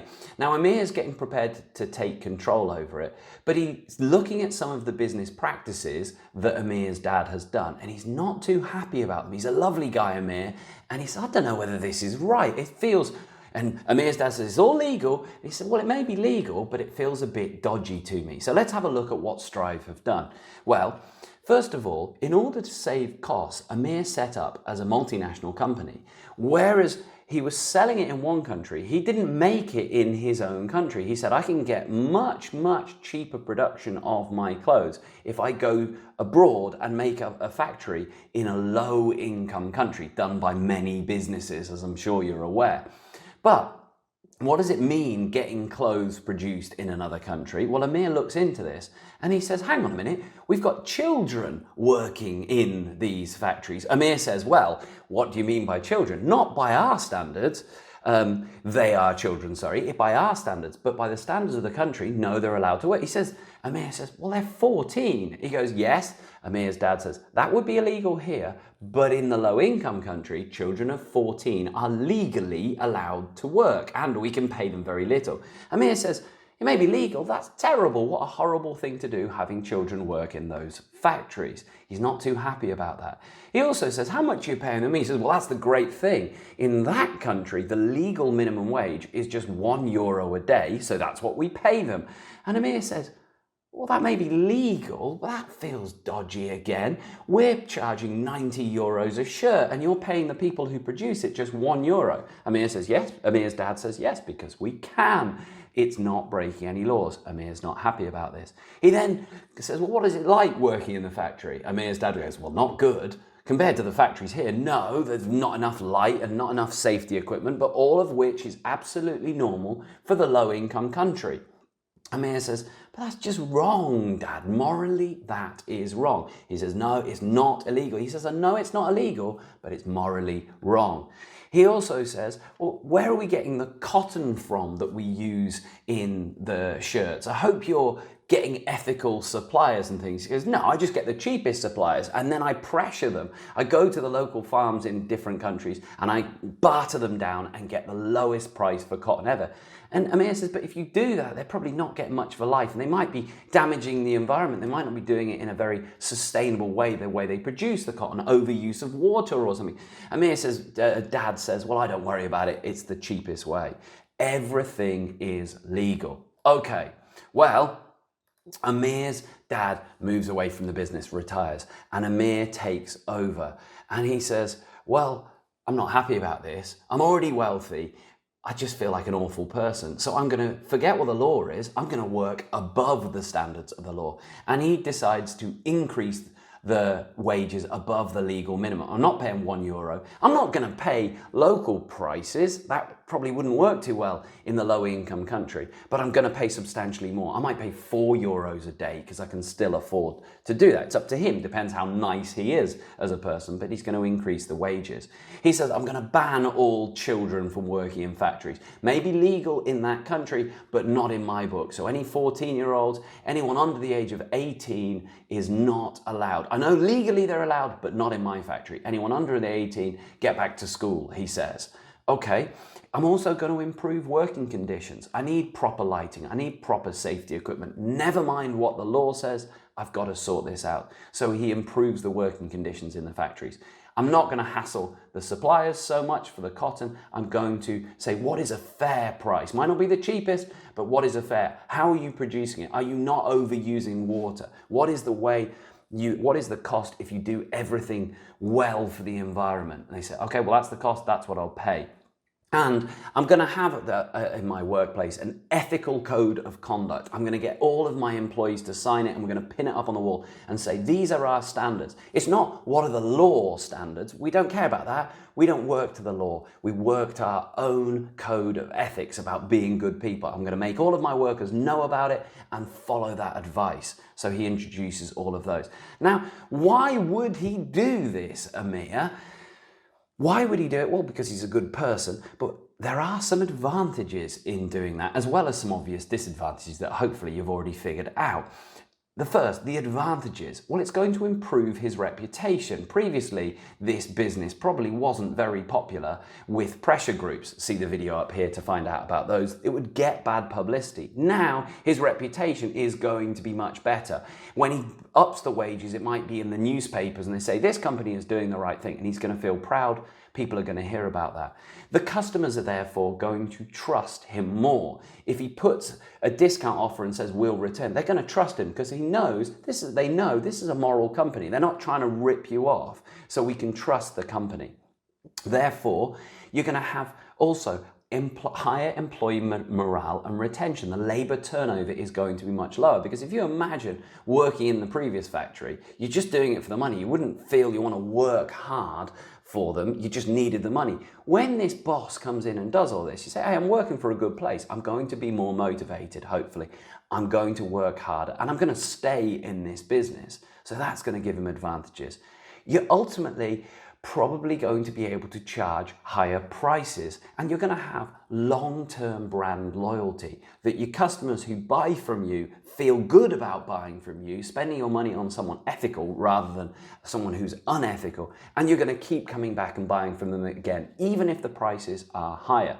So why doesn't everyone do it? Well, you've probably imagined, because this is about balancing being ethical with retained profit, with making lots of money. All of those lovely things that he's done, why didn't Amir's dad do it? Well, because if you notice when I went through, they all increased his cost. Paying more money increased cost. So you're trying to balance, as we see on the screen here, the being ethical versus keeping the profits. Could it reduce his profits? The disadvantages, his production costs will go up. You do all of those things, it will cost you far more money to make the t-shirts and the shorts.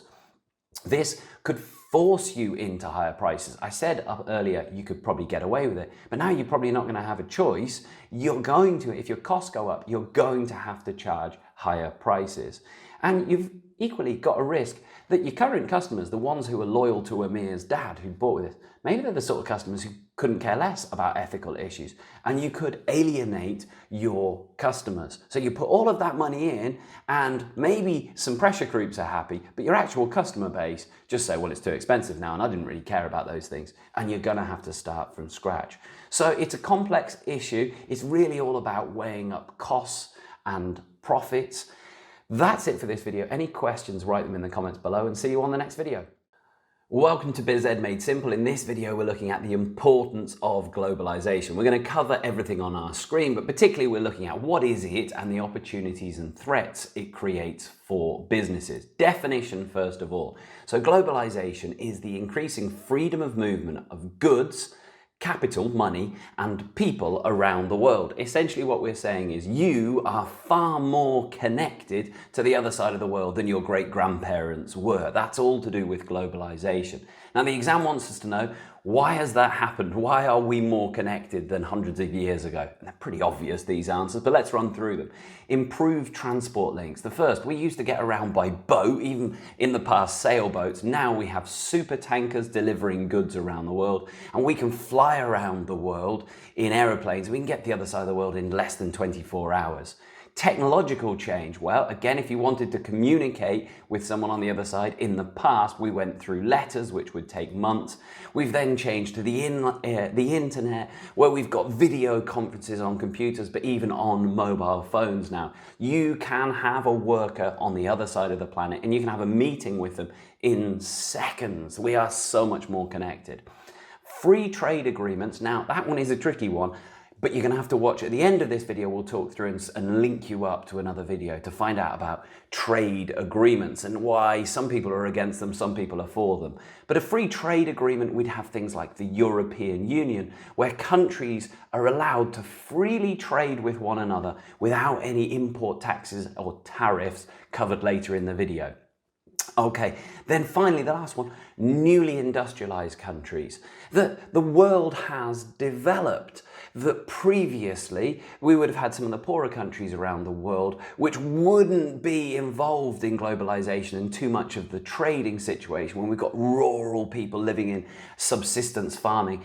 Lots of those countries now have developed where people are living in cities and they're wanting to get involved with global trade and connect with the rest of the world. So that is increased as all of the countries of the world have developed. There's more globalization around the world. The opportunities for business, well, great opportunities. It lowers production. If we look at this person who wanted to run a t-shirt company, he might have to do it in the past on his own with a sewing machine in his house. He can now outsource this to one of the newly industrialized countries around the world, where they can do it at scale in a huge great factory and then ship it across, and that will massively reduce his costs. Instead of it costing him 10 euros to make a t-shirt, he might be able to do it for 1 euro by using these other countries that can do it at scale, where they have lower labor costs and all sorts of other costs. You've also got the other potential of business. We've got access to new markets. Think about your great-grandparents. If they had a shop, they would sell to the people nearby in the village. Now, with the likes of Amazon, you can sell to people on the other side of the world in seconds. So that's a real opportunity. You don't have to be restricted to your local market. You've also got workforce advantages. Again, in your great-grandparents' business, they had to employ local people, wouldn't have much diversity. You might, if you can't find someone locally with the skill set you're looking for, well, you're a bit stuck. Now, not at all. You can have a completely diverse workforce as people travel and move around and will apply for jobs in other countries and can come and work. So you're going to have greater diversity and access to greater skilled workers. Not all good though. What about the threats of globalization for business? They create opportunities, they also create threats. Well, if we go back to your great-grandparents, if they ran a little shoe shop locally where all the local people bought theirs and they had the prices of local shoes, now they're up against big international, multinational companies covered in another video like Nike. So Nike from America is coming into your local place and out-competing your local shoe shop. And that's a real problem. How do you compete against this big company with so much money? You're also going to have loss of key employees, brain drain. Just like I told you the story, you can have access, but let's say you've got someone locally who's super talented, they were planning, you always train them up, they went to local university, you thought they'd work for you, but then, oh no, they see a job on the other side of the world and they say, why not? I can move now, I'm gonna go. So you can, brain drain is actually an expression. You can lose some of your smartest people because they all go off to work elsewhere. We've also got supply chain risks through overdependence. If you're getting stuff from the other side of the world, any breakdown in transport links, be it a blockage in the Suez Canal or COVID hitting the world, then you've got higher risk. It's much easier if you only just get your stuff from down the road. Anything happening globally, warfare, trade barriers being brought in, which we will then cover in another video. If some country like the USA is not in favor of free trade and they start bringing in trade barriers, watch this next video, that is going to create problems for you. That's it for this video. Have a look in the next one to get trade barriers explained fully. Welcome to BizEd Made Simple. In this video, we're looking at trade barriers. We're going to be covering import tariffs and import quotas, and then looking at the effect that they have on businesses. So, definitions, first of all, you can see them on my screen. Then we're going to go into explaining them. So, import tariffs are taxes charged by customs authority on the importation of goods into a country, and import quotas are government imposed limits on the quantity of certain goods that can be imported. All of that's very nice, they're the ones to get the definition answers, but what do they really mean? As ever, to understand it so we can get the high level marks, we're going to go with a silly story. Now, this is a story, it's based on elements of truth, but I'm not going to give you actual factual numbers, so you don't need to write below and say that's not quite right. I know, it's a story, it's simplified to get you to understand the concept of this. So let's get into it. In my story, we're going to have Mary.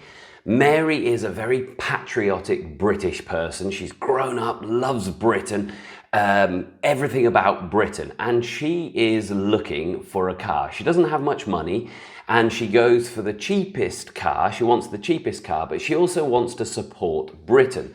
So she looks up British cars and she finds a Vauxhall. Now, again, this is where the story, in fact, Vauxhall is originally British. It's now no longer owned by a British company, but let's not let that get in the way. So she looks for a British car. She finds this beautiful looking Vauxhall, I think it's a Corsa, for £20,000. And she says, that's it, that's as cheap as I can find cars, and I will buy that one, and that's good. I'll be buying British. Why is it good to buy British though?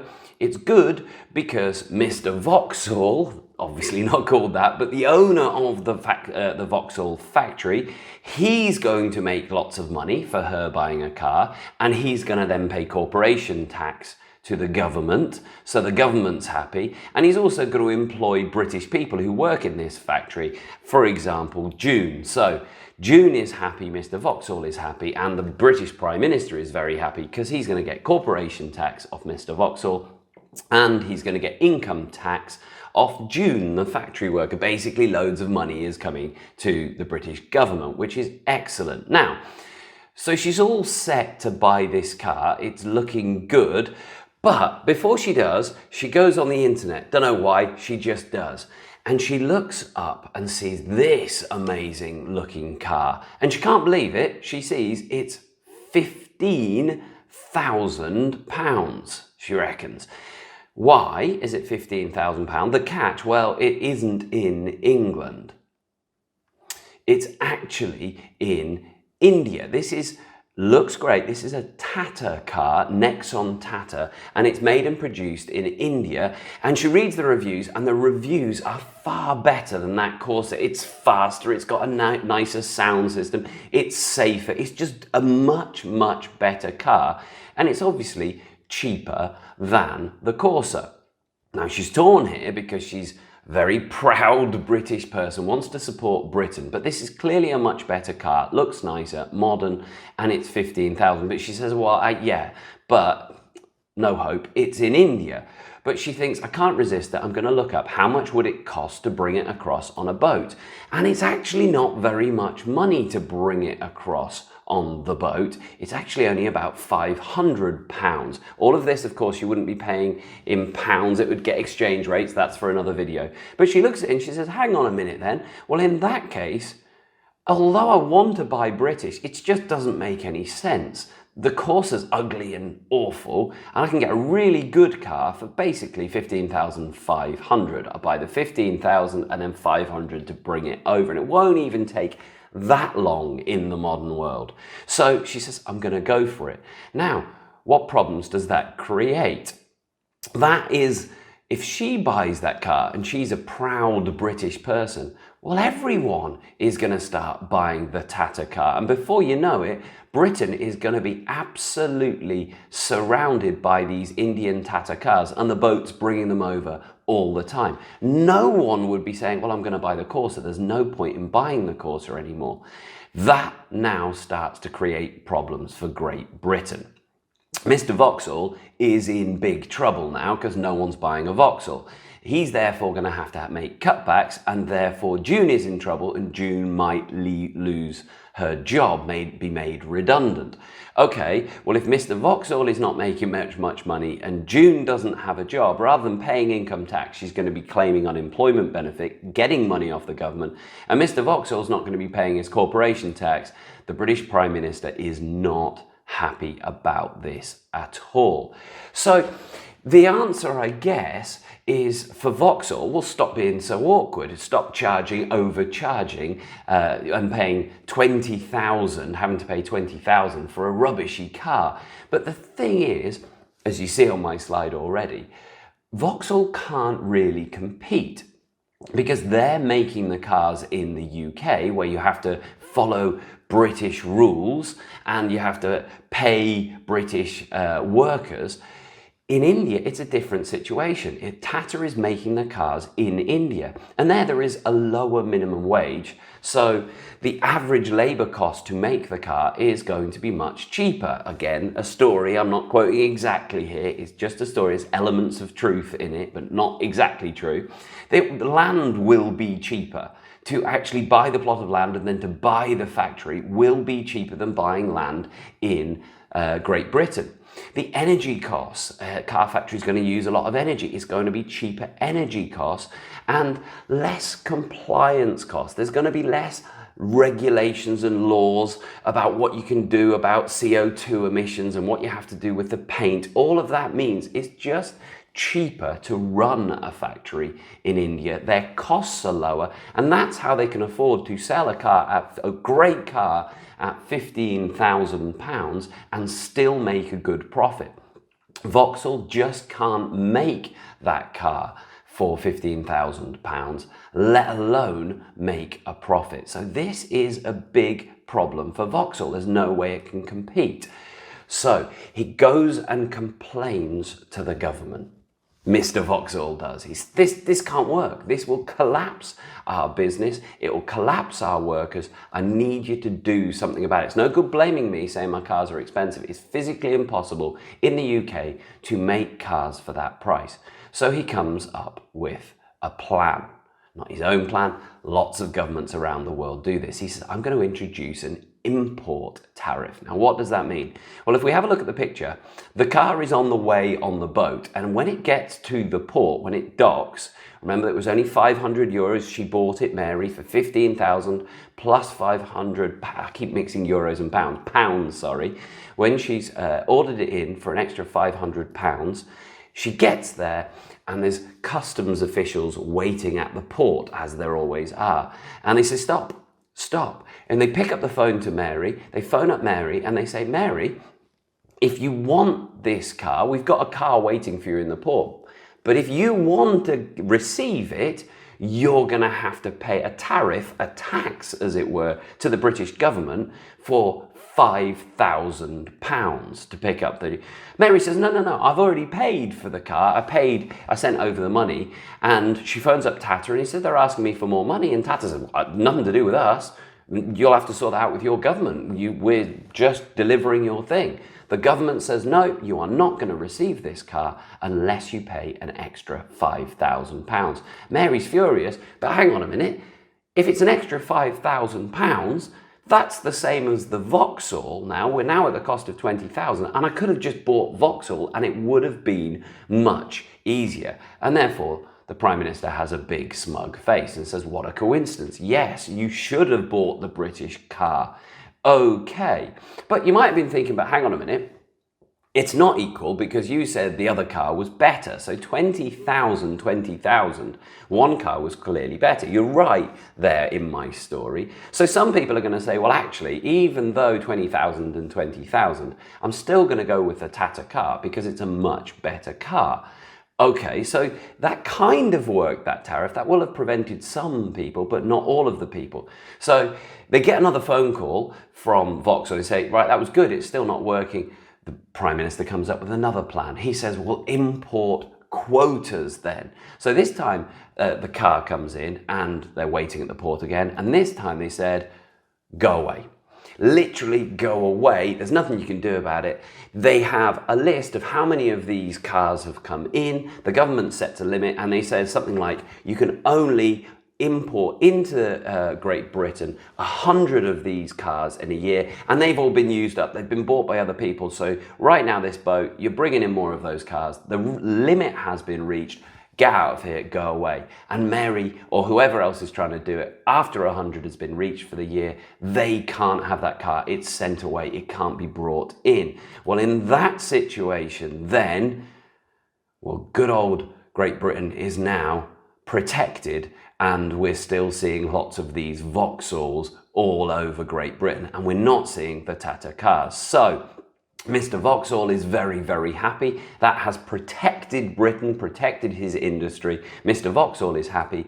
June is happy again because she has a job, and the British Prime Minister is very happy because all of the British industry is protected and the money is protected. So if we look over the sort of exam questions they ask, what do we need to know for this? Why governments use import controls? Well, to protect British jobs, or the country. Why do any countries use these? It's not just about Britain. They protect local jobs. They protect the firms, the Vauxhall in this, the domestic firms, the firms in the businesses inside the country. The effects of import tariffs on quotas and on business. Well, what are those? It means that importing things become more expensive. If you're a local firm and you rely on cars coming that you're going to buy from elsewhere, well, you can't. If they put these tariffs and quotas in place, they become a lot more expensive. So it could be a bad thing for a business that imports a lot of things. But domestic firms like Vauxhall, they're going to sell more. They're going to be happier. But exporters sell probably less because this is reciprocal. If Britain does that to India, India's probably going to put the same rule going back the other way. And they say, well, if you do that to Tata cars, then we're not going to allow Vauxhall cars to be imported into India. And that's going on around the world. And therefore, we generally get a lack of free trade, which some people criticize. One of the things you might hear with trade blocs, European Union, that is where countries have grouped together to block, not the only reason, but they stop these tariffs and quotas being put in place. So in amongst the European Union countries, there is free trade. Going back to the list though, effect on domestic manufacturers, the ones who make things in the country where they are protected by these quotas and tariffs, they're going to have higher sales, they're going to have a higher market share, and there is less pressure to cut costs. They don't need to compete against the Indian car company because the Indian car companies can't get in easily to their market. The effects on exporting businesses will lower sales if there being these reciprocal blocks. Lower sales, lower profits may move production inside the country. And that's what will just come on to the one final thing. How do you get around them? Why are these companies moving? Well, you might say, but Tata surely doesn't want to just keep only selling in India. Surely it wants to sell cars in Britain eventually. And you're right, it probably does. Well, how can it get around that? Well, one thing it can do is it says, well, actually, we are therefore going to set up, we're still based in India, but we're going to set up a massive factory in Great Britain. It won't be as cheap now, remember, they won't be able to set it up as cheaply, but if they set up a factory in Britain, well then Mr. Tata can sell cars all around Great Britain. June can get a job in the Tata factory. Therefore, the British Prime Minister is loving it because he's got foreign investment. He's got more companies coming in, bringing lots of money, creating jobs. And Mr. Vauxhall, in the end, is he happy? Well, somewhat. At least he's having a fair fight, he would feel. That Tata can't come in and undercut him. But ultimately, I guess he'd rather not have that competition. So somewhere in between. That's it for a tricky topic. Let me know if you've got any questions below, and see you on the next video. Welcome to BizEd Made Simple. In this video, we're looking at multinational companies, MNCs, or transnational companies. Now, we're going to cover everything that's on the screen. Have a look at that and pause if you want, but let's get into the definition first of all. As always, definition: multinational companies are those with factories, production or services operating in more than one country. They're sometimes called transnational corporations. And the key to that there is more than one country. So if you have a business that entirely operates everything, it produces it and sells it inside one country, that's not multinational. Multinational means that they're going with they might produce it in China and then their headquarters is in Great Britain. They sell it all over the world. Now, to explain this and the advantages and disadvantages, I'm going to build on the previous video where we were looking at trade barriers and the example of Tata. So if you haven't seen that, have a look up here for the link and go and watch that video first. So in the story, we were saying with Tata being an Indian car company, and for the sake of the silly story, it wasn't true, but we were saying they were only based in India, and we looked at the advantages of moving a factory or creating another factory, not moving entirely, but creating another factory inside Great Britain. Okay, what are the advantages of Tata doing that? Again, watch the other video or build on it. The advantage is lower production costs. Well, straight away, in fact, that top one, if you've watched the other video, you go, no. Now, generally lower production costs is usual. Yes, if you are setting up, if you're a British company and you're setting up in one of the poorer countries in the world, you generally are doing it to reduce your production. But straight away, this is where we've got to be careful and evaluate here. Whereas that most of the time is true. In my example, they weren't actually moving to lower their production costs. It would probably increase, almost certainly increase their production costs. So that one is true generically, but not in my example of Tata. That's a good example of where you need to evaluate and really think about these things. Generally true, but not their case. So why are they doing it then? Well, there's a bit of diversification of risk, true probably for all businesses. If any problems happen in India, well, if they're only based in India, Tata, problems happen there, a war happens there, they lose all of their money. Whereas if they've got in multi-countries, problems happen in India, you're going to lose some money there. But don't worry, you can still get money from Great Britain because you've spread the risk out. That's a good advantage of it. The key reason that Tata moved, in fact, was the avoidance of trade barriers, and that really is explained in that video. Because they have a factory in Great Britain, they won't have to pay these tariffs and quotas to get into Britain, and they can therefore sell to the Great British market simply. So that would be a key reason for them. That's why they went there, not because of these lower production costs. The fourth reason, there might be government incentives and grants being money that is given, G for grants, G for given. So the British government might be excited, they might be having high unemployment, and they say, please, please come over, Tata, set up a factory here to create jobs and corporation tax. And they'd say, why? Why should we? And they say, well, we'll give you this amount of money to set up and we'll let you off paying tax for the first 2 years or something like that. So that could be another reason why a company might want to go multinational, transnational and set up their factory elsewhere. Okay, what about then the advantages? Why would the British government pay to get Tata to come to the country? Well, as we were hinting at just then, it would create jobs. If that factory, Tata, comes to Great Britain, they might be creating 1,000 jobs. Those 1,000 jobs mean that those people have more money, more disposable income. They're going to pay income tax to the government, and they're also going to go and celebrate over the weekend and have money to spend in local cafes, restaurants and bars. And that's going to multiply up, creating more jobs in an area. So a government would love that when they bring them in. You're also going to have more exports. If you produce more, you've got more to sell to other countries, and that brings more of your own currency into the company. That's an aim of government. So that's really important for them. The customers of Great Britain, the market, the people of Great Britain, as we saw in the video, they're going to have increased choice.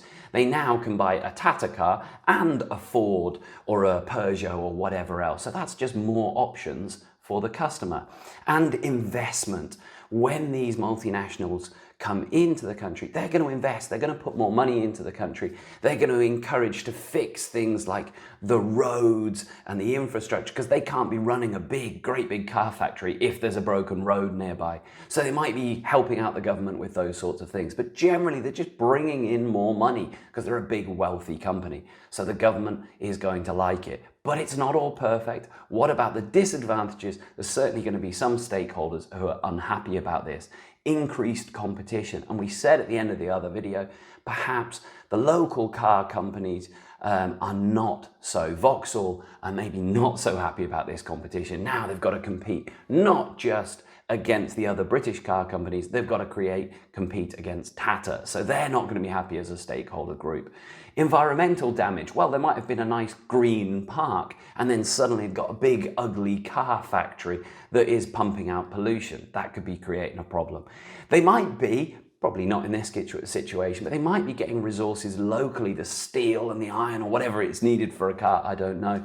But if they go and use the local stuff around Great Britain, that's that's using up their natural resources, and people can be unhappy about that.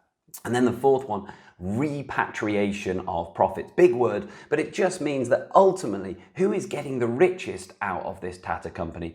Well, it's the owner of Tata back in India, the big bosses who haven't moved to the UK because they are a multinational company. So most of those biggest profits are still being sent out of Great Britain and back to India, and therefore there's loss of some of that money.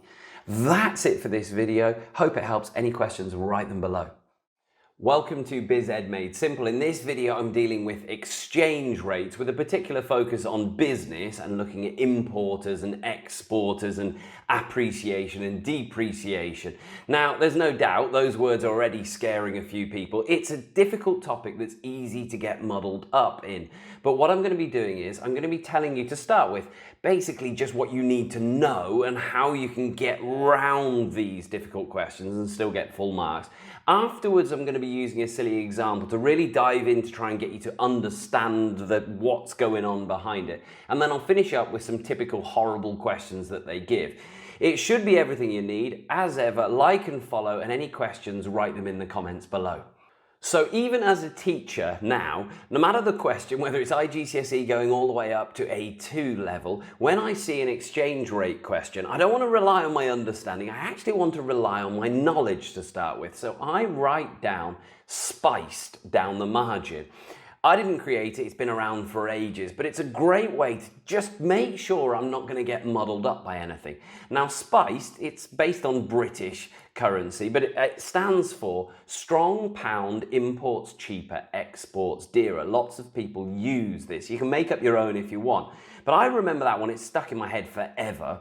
And then from that, I can work out from it that factually I can need to remember that means strong pound is appreciation. Appreciation makes importers happy and exporters sad. The reciprocal of that is therefore true. I just know, I don't understand at this point, but I know that depreciation makes importers sad and exporters happy. Once I've got that as a knowledge, I can then look out whatever the question, if it says, how is this going to affect JYX? I go, well, is JYX, are they an importer or are they an exporter? Is the currency appreciating or depreciating? And then I know I'm not going to get muddled up and I'm going to have my knowledge right.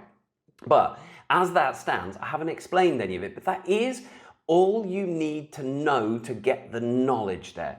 The next part of this video then, we're going to explain why that is the case with a silly story. So stick around for that part.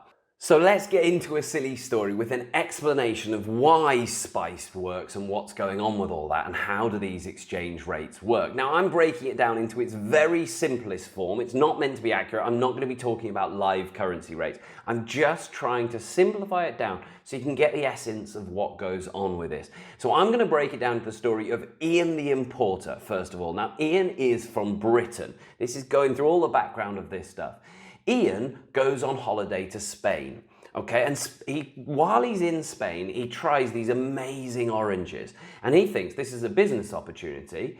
I want to buy these oranges and then bring them back to Britain where I can sell. That would make him an importer to Britain. Already gets confusing, but he is Ian the importer. So he goes up to the farmer, who I've called Senor Pablo, and he says, right, I will give you £100 for 100 oranges. At which point, Senor Pablo laughs. Why does he laugh? You think about it. Well, because what would Pablo do with £100? That Ian likes pounds, but Pablo lives in Spain. They don't use pounds in Spain. He can't do anything with it. Pablo wants to be paid in euros. So he says, well, I don't know what a pound is. I don't need to know what a pound is. You can't pay me in pounds. Sure, you can buy my oranges. I'd like you to buy my oranges, but you're going to have to give me the local currency. I can't go and spend pounds in the local supermarket. Ian's got a problem then now. Ian has pounds. Ian's the very foolish person I know that I've created who didn't realize this before, but this is my story. So Ian says, okay, at this point, I'm going to have to swap my pounds into euros.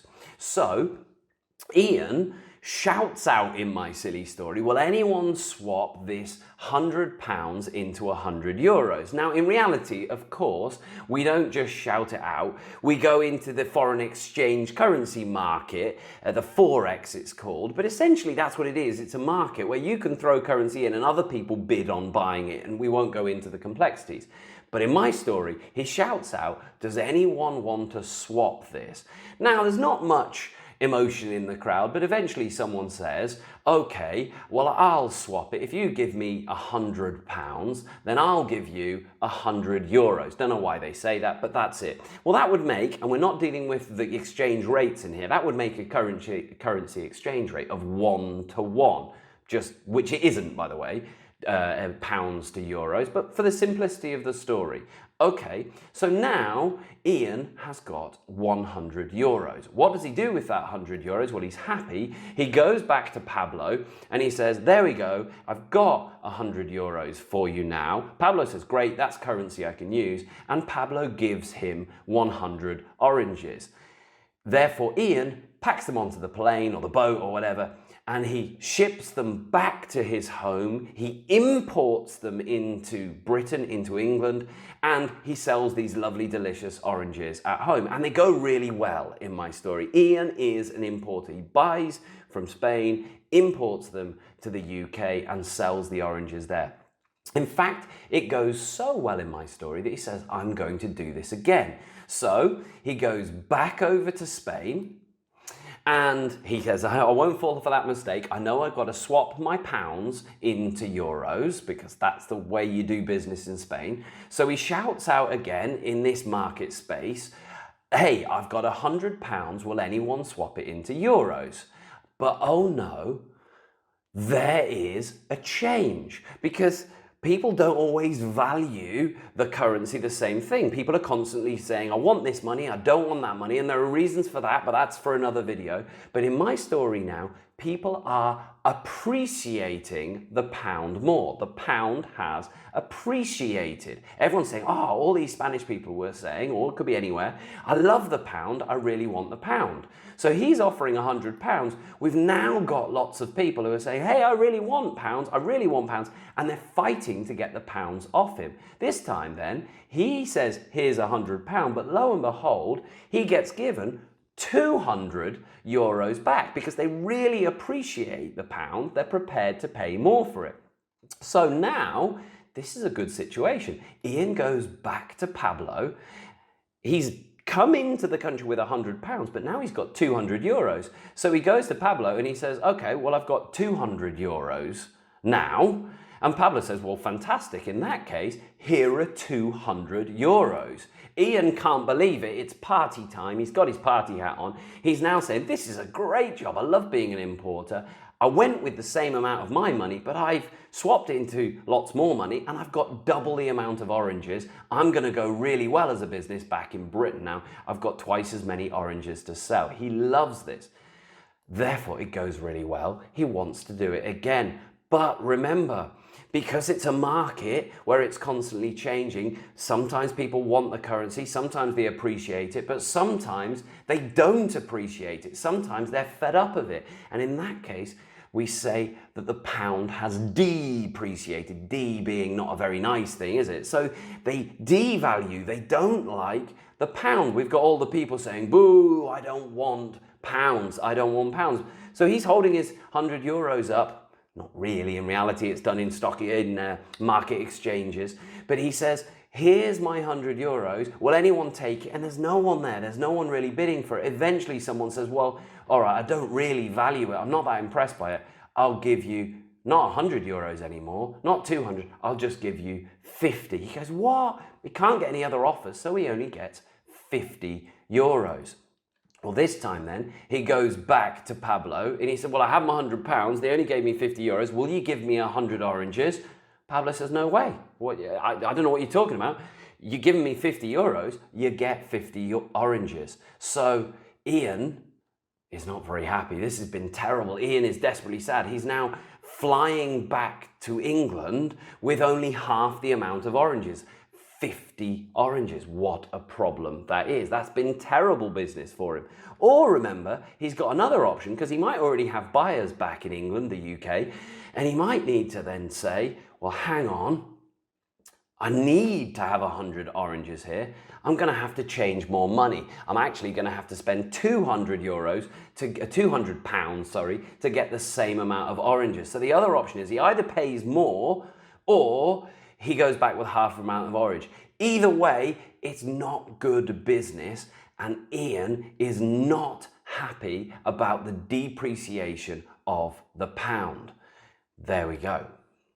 Now we're going on to the story of Eric, the exporter. Now, where people get confused is actually, you maybe have realized that while one of them was an import, in the other story, Pablo is really an exporter, but he's an exporter from Spain, and we do not want to muddy the waters with that. So the trick is to keep them separate. So we're going to come to the exporter. We're going to make Eric from Britain as well.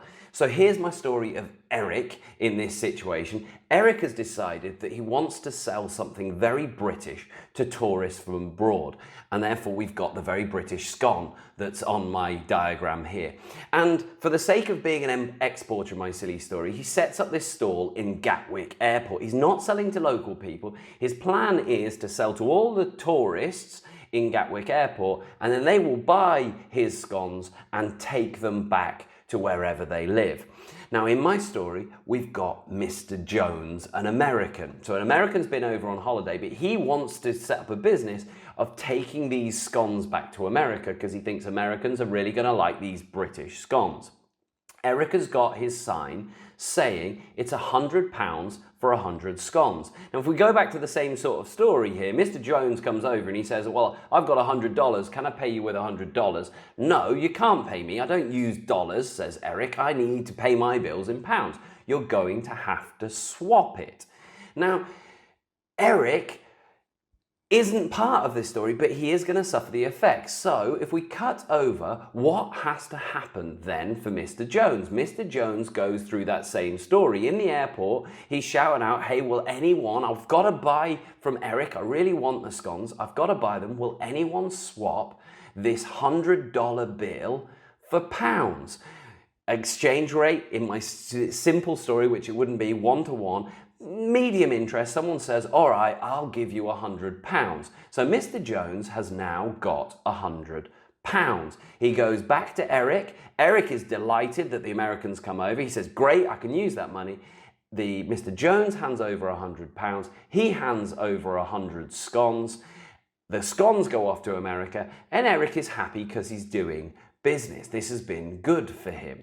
Now then, back comes Mr. Jones to Britain because he wants to continue to buy scones, and Eric is excited about this. Being an exporter, that's what he needs. He doesn't know much about the currency exchange, but he says, same deal, £100 for 100 scones.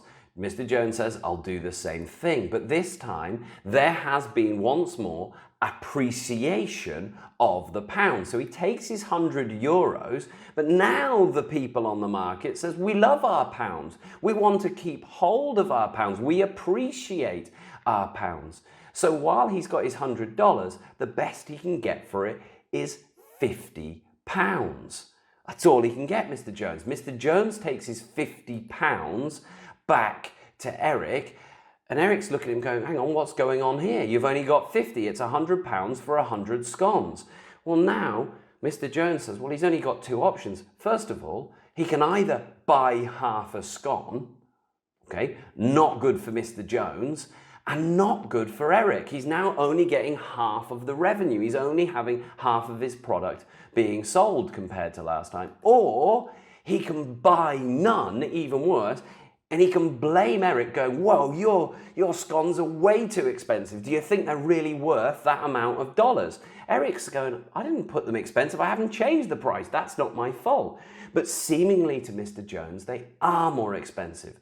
So that appreciation of the pound has actually been a nightmare. It's been a bad thing for Eric, the exporter. The exporter has not liked having appreciation of his own currency. Okay, but the story continues.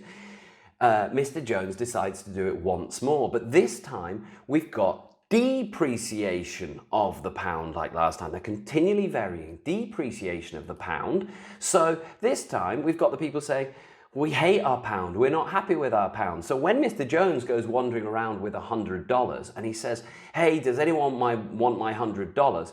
Lots of people are keen to get rid of their dollars, and they say, we'll give you £200 for this $100. Fantastic. Well, Mr. Jones now goes back to Eric and he's got 200. So he's now got two options. He can either, option number one, buy the same amount of scones. He can buy 100 and keep 100 for next time, but he'd wander around going, wow, the scones are so cheap, and that would be really good for Eric's reputation. Or he's got another option. Maybe he doesn't want to keep any pounds because he's already got them. Maybe he says, well, I'll tell you what, I might as well buy double, and he buys 2 lots of scones.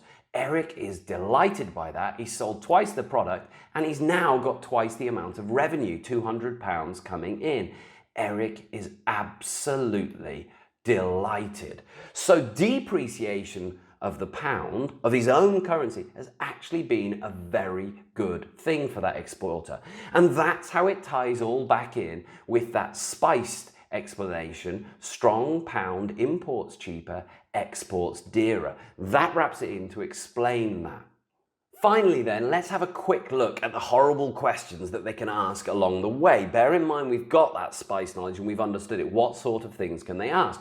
Well, this is an IGCSE question, but it's a particularly nasty one and it would still trip up a number of A-level students. So this one here was an 8-marker from paper 2 and it said, explain 2 ways appreciation in the exchange rate of country X might affect AF. Now, as I said at the start of the video, the first thing you're going to do is write down spice, and therefore you need to work out what's going on. Well, we know it's appreciation, we've looked for that magic word, and then we say, well, is AF an importer or an exporter? We have to go back to the resource and we can see, if we read through, and you would have read through it carefully, I'm doing it quickly, but we can see that they import. So strong pound imports cheaper, exports dearer. This means that AF is going to be delighted by the appreciation. We'll remember it from the mnemonic. They're importers and they're going to be happy if their currency has appreciated. We need to think about 2 things we can do, and I think this is hard to ask for 2, to be honest there, but they did. 2 things. Well, what does it mean is, it means that they can get their raw materials, whatever it is, their ingredients, far more cheaply because they're buying them from abroad. From their own currency, they can get it cheaply. So what can they do? They can either keep selling it, and I won't give the full answer, but the 2 ways they can deal with this. Way 1 is they can keep the prices, the selling prices, the same, but because their costs are lower, because they're importing things more cheaply because of the exchange rate, their profit margins will go up. That could be way number 1, they'll be affected, profit margins will get higher. Or they could do another thing, because they can now afford to, if their costs reduce, they could reduce their selling price and make them more competitive and undercut their competitors. And that would be 2 ways. There's other things in the mark scheme you can read off my scheme, but that was a hard question there, and that's 2 ways you could deal with it. I'm going to jump over to one final question, and this isn't an IGCSE, this is an A2, an A-level, the last thing, but this one is something to think about where it just gets a bit more complicated than the way I've explained it. This question is, evaluate the impact of appreciation of country K's exchange rate. Well, same thing, we put spice in the margin, even though it's A-level, and we look and we go, well, this is appreciation. But then we follow the same logic. We say, well, is it an importer or an exporter? But because this is A-level, if we have a look, and you won't read it here, you'll see that actually big businesses, big multinational businesses, well, it's not that simple. Most multinational companies are both importers and exporters, and that's what we've got going on here. So this is a big essay question that we're not going to go through. But in this country, well, they're affected by both of those things because they import the raw materials to make chemicals, it says in here if you read it, but they also sell the cleaning products abroad to other markets. So this is an interesting evaluate question where it's really good. You've got to have an opinion on it. You're going to say, on the one hand, it's good because they can get their raw materials cheaply. But on the other hand, it's bad because their products could seem more expensive to the ones they sell. And then you've got to evaluate and weigh up which one you think it is overall. I won't go any more. You could write an answer to that, but any questions on this, write them in the comments below, and I hope it helped.